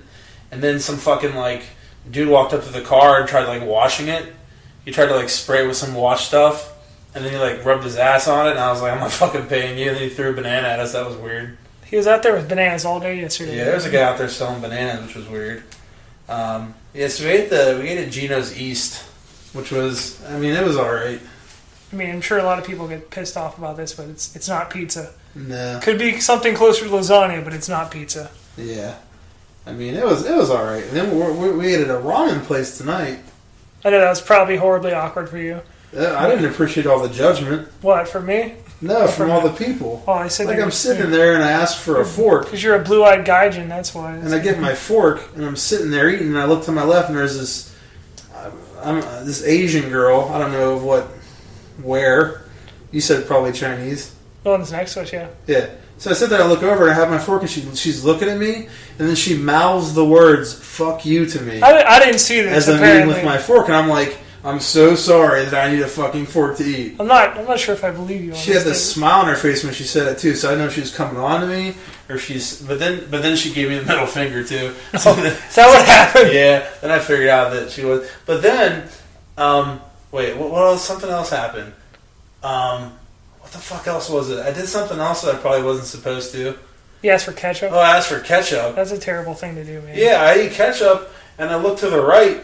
I sat the ketchup down, and I was going to use my ketchup to eat with, and I'm getting a little piece of chicken and dipping it, and I looked to the right, and the girl on my right, who was Asian, I don't know where she was from, but I watched her slowly spit into my ketchup. I was like, what the fuck? I was rather busy with my own food, so I didn't see it. I don't know. It was a little unnecessary. I don't know. After I left and paid, what was it, $23? Yeah. I paid $23, and I thought to myself, I could have got a sweet tea out of a bottle, 2 packages of ramen noodles. Oh, you're being harsh now. For about $5. Good grilled pork. the pork was good. And fried chicken. The pork. Dumplings. Okay, the pork was good. I did enjoy the pork. The pork was good. But that was about it. I did pass out some flyers today. On very expensive paper. Yeah, if anyone listens to this and you got a flyer, you're going to know what I'm talking about. I just stood at the convention and just kept passing out flyers and told them how good the paper was. It's nice paper. And handed it out. You gotta appreciate that kind of quality. Yeah. So what else has been going on out here? Eating a lot, standing in lines.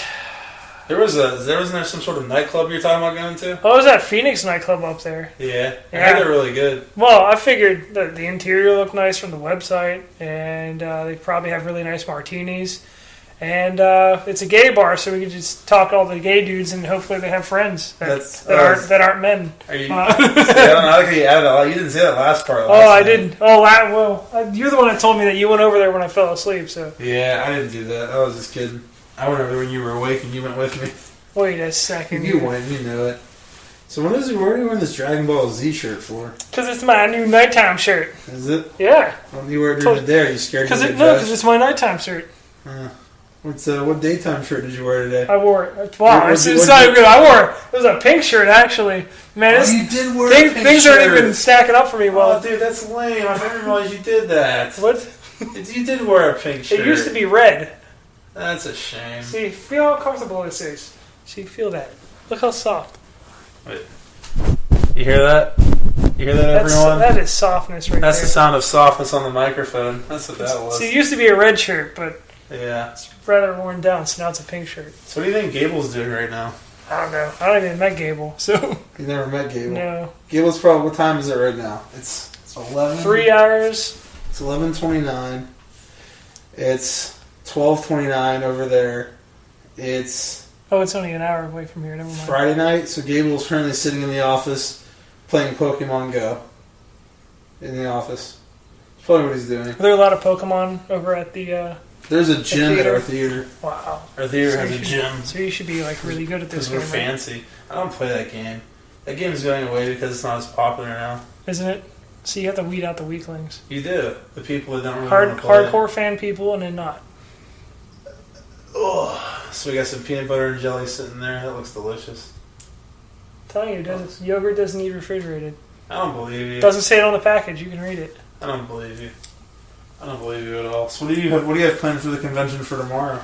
Well, we're going to hide some flyers in some interesting places. Oh yeah, we're gonna put them in bathrooms. I figure if you put anything in a bathroom stall, people will read it. See, this was your idea. It was a good idea. It could be Shakespeare. It could be like judicial codes. It could be flyers for this thing. They're going to read it. That's a really good idea. So people are gonna be sitting there shitting and read about this podcast. And then when people go to clean inside the stalls, you open the door and you can't see the flyer because the door's hiding it, so no one can throw it away. So I saw this really hot Asian chick there that I want to fuck. I think she's supposed to be Katana. She was really hot. Where? The one, like right towards the end when we were leaving, I was taking pictures. The one girl was licking her whip. That was kind of weird. I mean, she was playing up that. But in her defense, Catwoman did that. Oh, so Katana had a whip too? No. The other girl had the whip. Yeah. Oh, so the other girl was playing. Yeah, the other girl had the whip who's supposed to be Catwoman, and she was licking it. Yeah. And then Katana was the Asian chick who didn't even have a Katana mask on, but that's fine because she was hot. I mean, I think they were trying for an audition of some I told sort. her I wanted to fuck her. Did you? Yeah, but she just kind of turned away. Man. She's calling me like a stupid American or something. But she was saying it in a like normal American accent, so I don't know why she called me a stupid American. I don't know. Because she clearly sounded American. I mean, I was like 10 feet away from all this when this was happening. Yeah, so. you were just kind of sitting over there. Anytime I'm going to do something there that looks shady, you kind of go in your own I don't want to have anything to do with your your shenanigans. You go in your own little place and fucking hide. You just like sit in a fucking corner while I pass out flyers. I don't want to get arrested. Yeah. Some lady, before you went over on the other corner, was yelling at the other people handing out cards. Really? And there's like, this is against, whatever ordinance or something. And so, like... Okay, hold on. So, after the convention today, I went outside into the front of the convention center, and I handed out flyers for the podcast. I started on one side, and then I moved to the other side. So now, after the fact, now that it's over, you're telling me that someone was yelling at them. Yeah, well, so when we went to the first side, right? And I kept walking, you disappeared. And I turned around and I'm like, oh, he's not there. Because you, like, doubled back on yourself to start passing him out. I sat down on the side, not the sidewalk, but the railing there. And there was some dude dressed up as Super Mario. And this lady walked past the people giving out cards. And Super Mario wasn't passing out anything, but lady said something about, oh, it's against ordinance, you're going to get in trouble or whatever. And then so Super Mario just started, like, arguing with this lady for some reason. Huh. It made no sense, like, why he was in on that, but... Why are you telling me this just now? I mean, you're going to pass him out either way. That's a valid point. That's a good point. I forgot what all did she about... look like? She was, like, heavier set. And she was fat? Not fat, but looks like she worked with the ordinance. The ordinance? Whatever you want to call that. Looked like that was probably her profession of some sort. Like, what color was her hair? Brunette, brown. Did she have a big nose? I don't remember the nose. What color was her shoes? Her shoe. I don't know what her shoes were like. Because that could tell me something. I might want to know. Yeah, I did tweet a specific guest. What's that? I did tweet as a guest at the convention and ask her to be on the podcast, knowing full well when I sent the tweet she probably wouldn't even respond. Oh, okay. I think that's what came. Yeah, I haven't checked it yet, like in the past few hours, but I'm pretty sure she didn't respond. But I don't blame her though, because she probably has to go through her agent for stuff. So you didn't get that one at all? No. Response? No. Well, let's just say this specific person was super hot, and you would probably guess who it is if you just look on the Twitter and see who I sent the tweet to. But she was really hot. So she was really nice. So you're listening in. So she's listening to you right now. Yeah, I'm so sure that's exactly what she did. She's listening to it right now. But she was really hot. So there you go. Yeah. But, what else? Tell me something.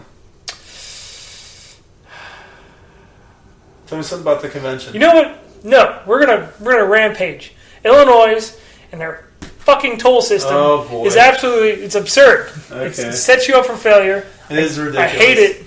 I've had so far one toll that I completely missed. I drove right past it. I had to fucking go online and pay it. Because, okay, so what about the toll where, like, they have an exit where you cannot get off the exit unless you pay with an iPass. So if you have money, too bad. You can't even get off the fucking exit. You have to get off the next one. They had one where I went to go through. There was one where it said to pay cash. You have to get off this exit. It's not the exit I was getting off of. So I missed it, and then I had to fucking go pay it online.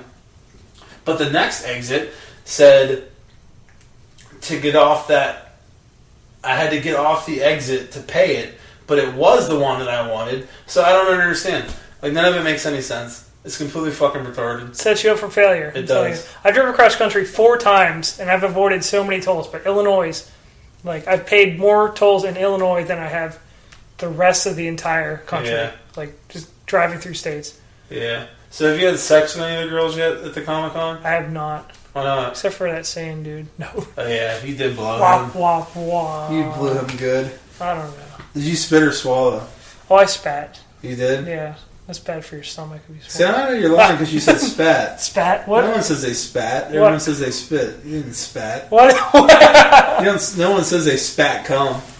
Well, that's the proper term, isn't it? I mean, probably, but we're talking about blowjobs here. Spit's like... Dude, whenever we were at the mall... Present tense? Whenever we were at the mall, you know, I was talking about those people that annoy me at the kiosks. The people at the kiosks that are like, hey, I want to sell you something. So the Dead Sea I was people? waiting for one to ask me, because if a guy asked me, I was going to go, fuck off. I was waiting for someone to ask me because it was going to be funny. I was going to tell them to fuck off. If a girl asked me, I was going to be like, I don't want to hear it unless you're giving out blowjobs. That's what I was going to say to the girl. But neither one approached me and it bummed me out because I was going to say both of those things. It was going to be really funny. I think they noticed that they don't need to sell you any sort of, products like that because your skin is so nice and smooth. Yeah, but they might be. What if I want to buy it from my girlfriend or my boyfriend? Like you, they don't know that you're not my boyfriend. Yeah, I wonder how many times we go places and they actually think that. I don't think people normally think that. You don't think so? No. I don't know. I don't think it's because you see 2 guys. I think that maybe if someone keeps seeing the same 2 guys, they might think that.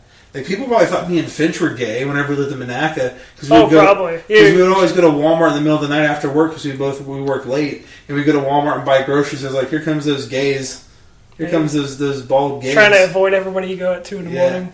But I don't think if we're just walking in the mall, they're just going to assume 2 guys are just gay just because they see 2 guys together. So, like, we went to Gino's East, right? And I called, hey, can I get a table? Now, that guy was gay. Yeah, he was. But so I was wondering, when I called in, I was like, hey, I know you guys are probably really busy. Like, can I get a table for 2?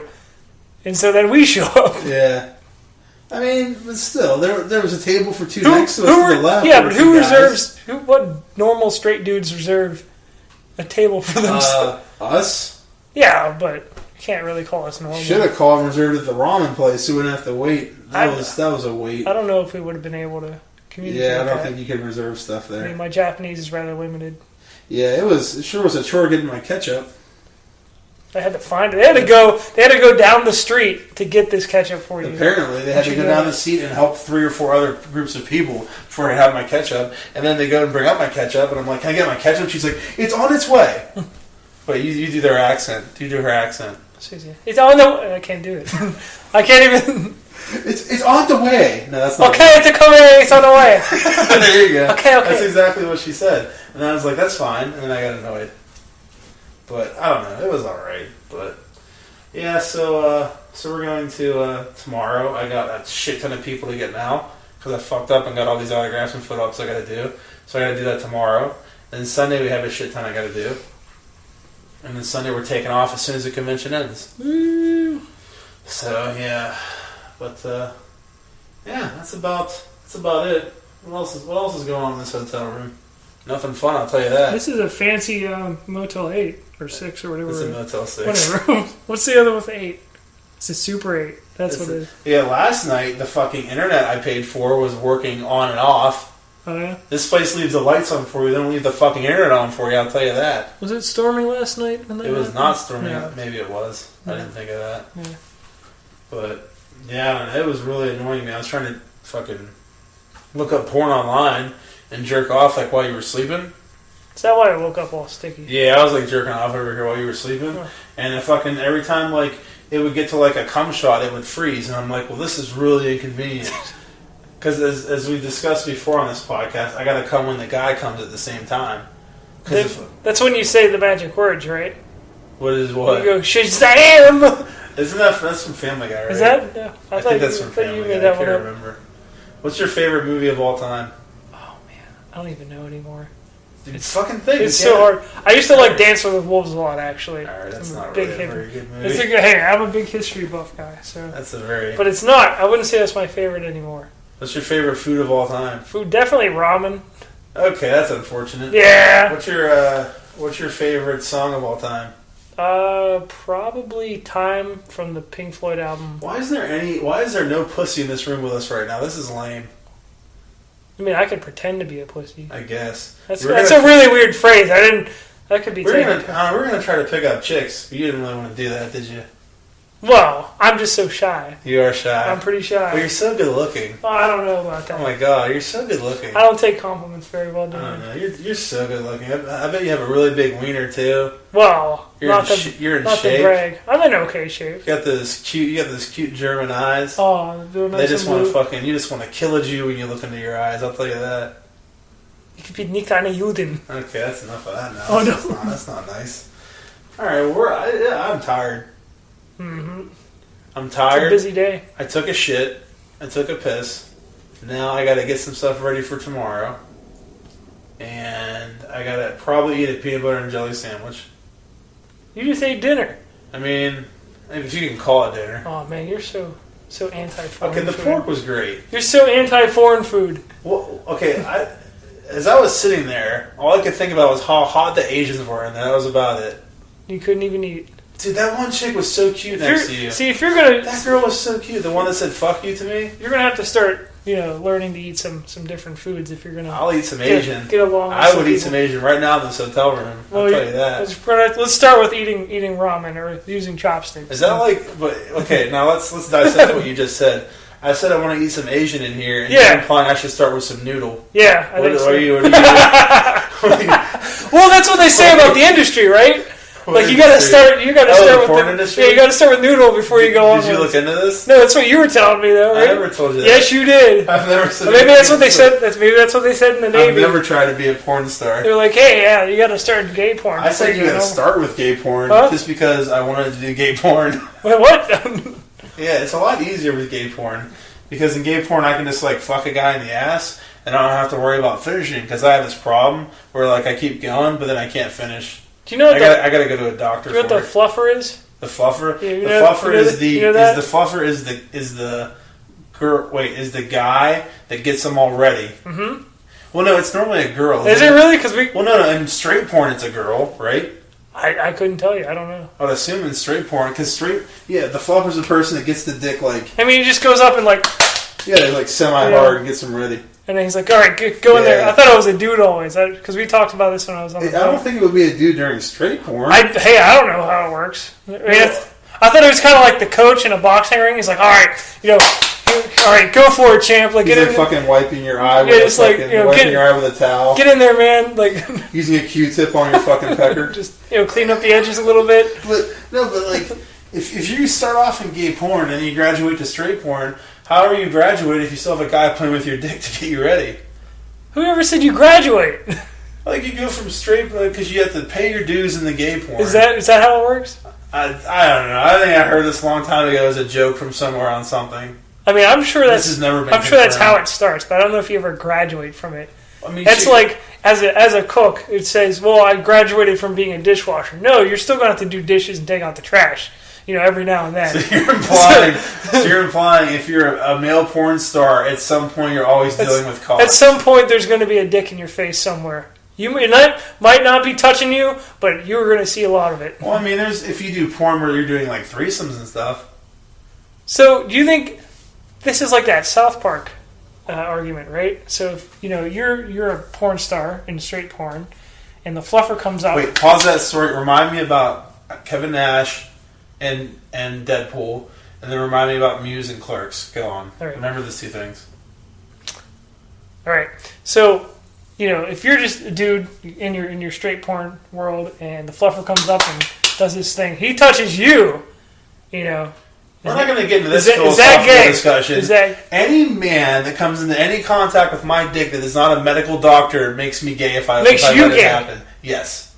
This is the whole thing where someone's like, oh, if you let a guy suck your dick, are you gay? You didn't. I'm like, I don't care. A guy sucked my dick, I'm gay. I enjoyed a guy pleasuring me. That makes me gay. What if you got man raped? If you get man raped, you're not gay because you didn't enjoy it. Oh, so it's all about your enjoyment. Yeah, if you let a guy do something to you and you like it, then you're gay. I mean, if a guy rapes me, I wasn't willing. It doesn't mean I'm gay. But then again, if a girl gets raped and loses her virginity, she's still no longer a virgin just because she didn't want it to happen. Does that mean if I didn't want it to happen, I'm gay? I don't think so. What's your stance? Do you think if you let a guy suck your dick right now, are you gay? Be honest. If I let it happen? If you let a guy suck your dick, are you gay? Depends. Depends on what? Depends what your intentions are. If he's like, here's $40 billion. Okay, now you're. I'm not gay if I let a guy suck my dick. If I let a guy suck my dick for $40 billion, I want $40 billion. So there's your intention, though. I'm saying you're in it for the money, not because you want to have sex. Okay, but no, I'm not saying. I'm just saying you're sitting in this room, you're bored. And I'm like, and some guy. That's because that's the first thing I'm going to do when I'm bored. This is what you got. Excuse me, can I suck your dick? You're like, sure. Well, I wouldn't say sure. Does that make you gay? If I said sure, yeah, it would make me gay. Okay, you're gay. Now, here comes another discussion. Or I could just be a little curious. You're bike curious? Bike curious. Now, how much money would it take for you to suck a guy's dick? Well, I don't even know. Probably a lot. I mean, would you do it for $10,000? No, $10,000. I wouldn't do it for $10,000 either. Would you suck a dick for $100,000? I don't know. I'm leaning towards yes. Who, me or you? Me. That's a lot of money. I don't know if I can comprehend that much money. Okay, now let me ask you this question. This is a controversial discussion I've had with several people. Would you rather get fucked in the ass or suck a dick until they come in your mouth? I think if it was in my mouth, it'd be a lot less painful. So definitely. Otherwise, it's going to be like that scene from Pulp Fiction. Everyone says that. I think I might be gay. I'd rather take it in the ass than suck a dick.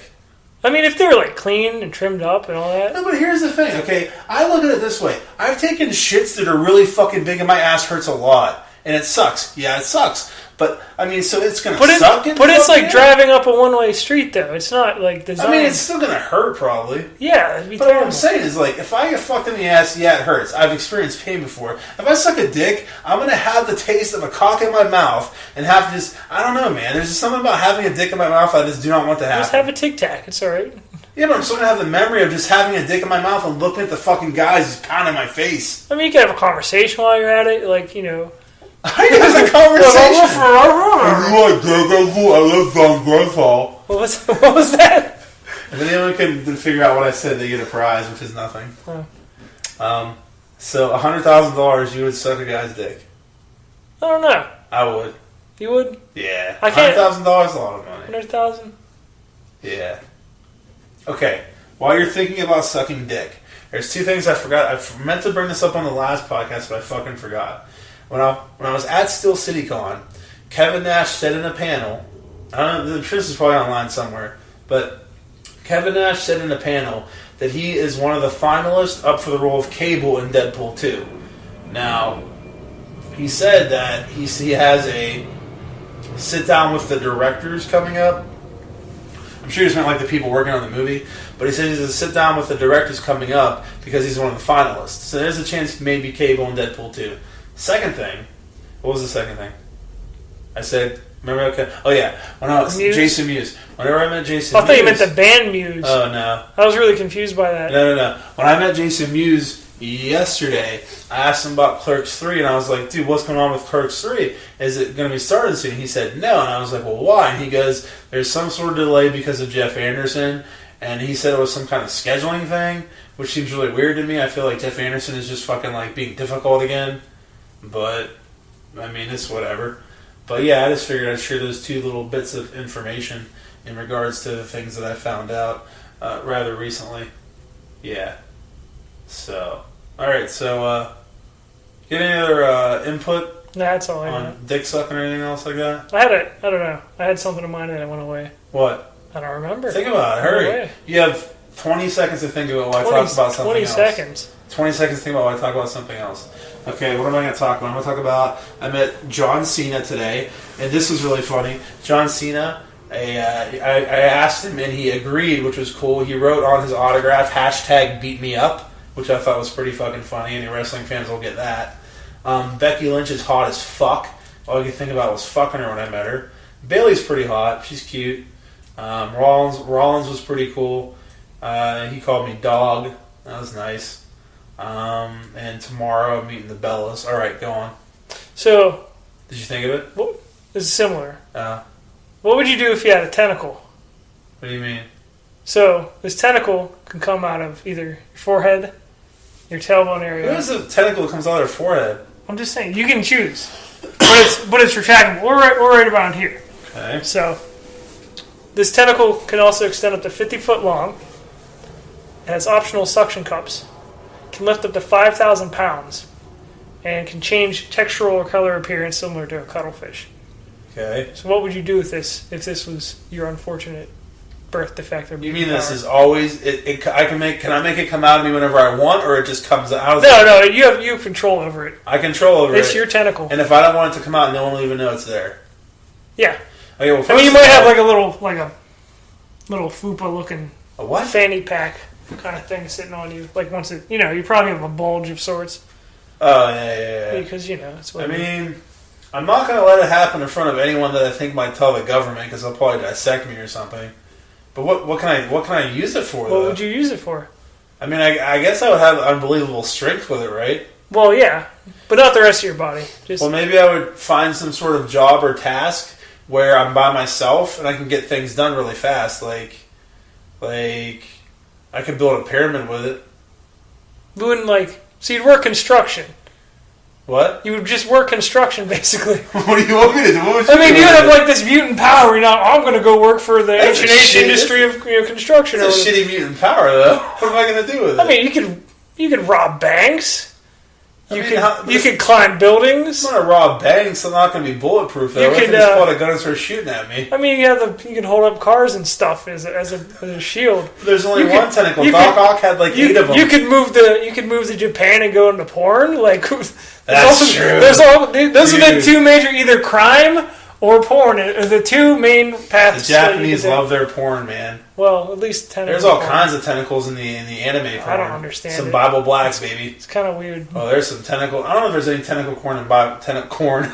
Tentacle. There's any tentacle porn in Bible Black. It's like a unicorn, right? Yeah, Bible Black's that's some anime porn right I there. haven't seen that one. But I mean, they have live action tentacle porn. That's the weirdest stuff I've ever seen. I've never watched it. You've never seen it? Yeah, it's Yeah. so you have the chicken there making weird noises like they do, but you just have the garden hoses strung around the room, and somebody shakes them, and there might be some bubbles or some kind of slimy stuff all over the place, and people just in the background going making monster All right, noises. now did you jerk off to this? I did not. Don't you lie to me? I didn't.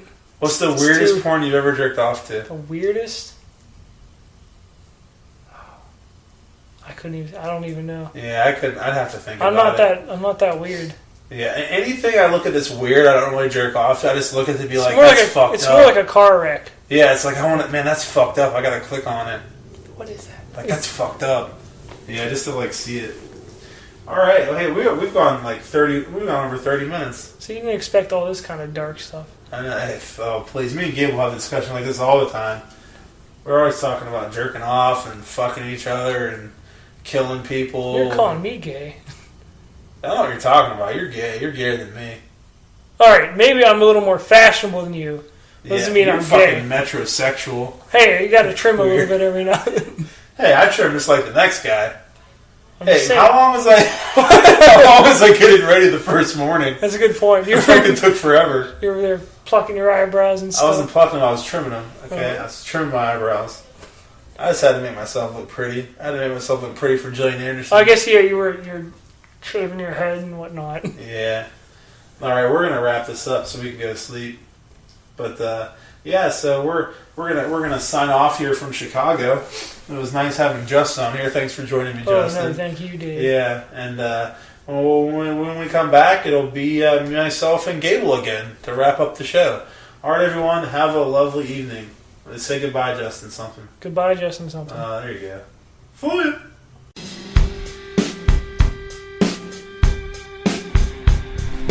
And we are back for our final segment. Yeah, that last segment you guys just did was really good. You liked it? Yeah, I thought we did pretty well. Yeah. I thought we did pretty well. Yeah. I either really loved or really did not like that Comic-Con that I went to. Yeah. I haven't had enough time hasn't passed for me to form a concrete opinion. Who all did you meet again? I'm pretty sure that I met Gillian Anderson, Michael J. Fox. You fucked Gillian Anderson. I may or may not have put it in her, and I may or may not be recording this from prison. You may be visiting me in prison right now. You wish, Dave. You wish. Oh, I'd fuck her so much. She's bi, you know. She likes pussy too. That's interesting. Yeah. Okay. Give me. I'm bad with names. What's she from? So, X-Files. X-Files. Okay. Yeah, I met Michael J. Fox. I met Leah Thompson. Everyone from Daredevil. I met Daredevil himself. I met Foggy. I met Elektra. John Bernthal, right? Fuck you. You canceled. You're a dick. I met a bunch of wrestlers. John Cena. I met and fucked Becky Lynch. I fucked Bailey. I fucked both Bella Twins at the same time with one dick. Wow. It was a good time. That's impressive. I'm impressed with your ability. It was fun. But, yeah, so, I mean, Justin either did or did not do a good job in the segment. It was interesting. All right, so we're going to wrap this up. We're probably going to do reshoots later to add more comedy to it. I feel like our podcast is too dark. It's a little too dark and too serious. Too dark and too serious. I think we're going to paint Dave up to be... Nothing bad has ever come from doing reshoots to make something funnier. No. Nah. No. Oh, yeah. There's one breaking fucking piece of news I need to bring up. Oh, no. Guess what I did last night? Jerked off. Before and after that, guess what I did? You re-edited the Suicide Squad movie. No, I fucking beat WWE 2K16. No way! I'm fucking done with it. Yeah! I'm fucking done with it. A little backstory on that. I've been playing it forever, and the story mode I've been playing capped out at having 99 hours, 59 minutes, and 59 seconds because I played it so much.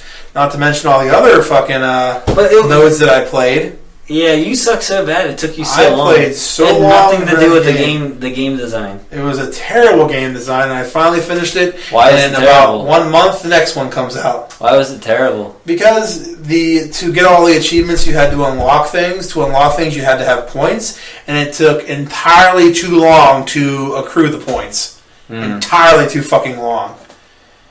Ridiculous. Just for one manager. For one manager to unlock, I think I had to play 300 matches. For one manager. Like 300 matches like overall or? Over and over, like 300 different matches just to unlock one manager. Well, what was the thing? To each match gives you so many points. That's why I had to get so many points to unlock the manager. Okay. So it was just terribly fucking... And I really hope the next one is not done in such a fucking shitty fashion like that. Michael Bay probably did that. I think Michael Bay produced and directed WWE 2K16. And he's running WB, from what I can tell. Did you know that Michael Bay has a huge dick? I mean, he is a huge dick. Did you know that, though? I think you're saying it wrong. He is a huge dick. Isn't it unfortunate that such a douchebag in life has a giant dick? He should have, like, a tiny dick. Because I guess women that he fucked were on Stern, and they confirmed he has a giant pecker. Interesting. Yeah. I mean, your dick's bigger than his, though. Yeah, I'm sitting on mine right now. You're stepping on yours, actually. You're rocking a 9.5 on the Dichter scale. Between my knees. Dude, I said a 9.5 on the Dichter scale. Is that funny or no? Dichter scale. Like it's like a play on the Richter scale. Principal Dichter. That wasn't funny. I'm sorry. Remember last time I said principal? I'm sorry. You went on this big thing. That was on the test episode, wasn't it? Maybe. Yeah, it was. All right, well, we're wrapping this up, so we're going to go ahead and plug our Twitter once again, @BreakroomBS1. That's @BreakroomBS, the number 1. You can follow us on there. You can click on the links to get to the podcast on there. You can leave us messages. Tell us we suck. Tell us we suck a little bit. Suck a little bit. Tell us we're not good. Tell us what we need to do better. You can plug our SoundCloud. Oh wait, no, we can plug our SoundCloud. That our username is Breakroom BS. There is no number 1 in that. Just okay, that's BS. incorrect. Yeah, no, it's not. Yes, it is incorrect. Breakroom BS number 1. It's just Breakroom Bullshit.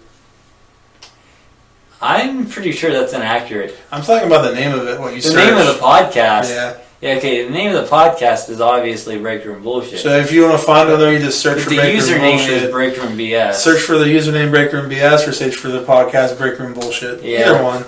Up to you, man. But I mean, if you go to our Twitter, you can leave us a message and follow us, and then you can just click on the link there. Dave. Yes. Okay, that's enough of that. Dave.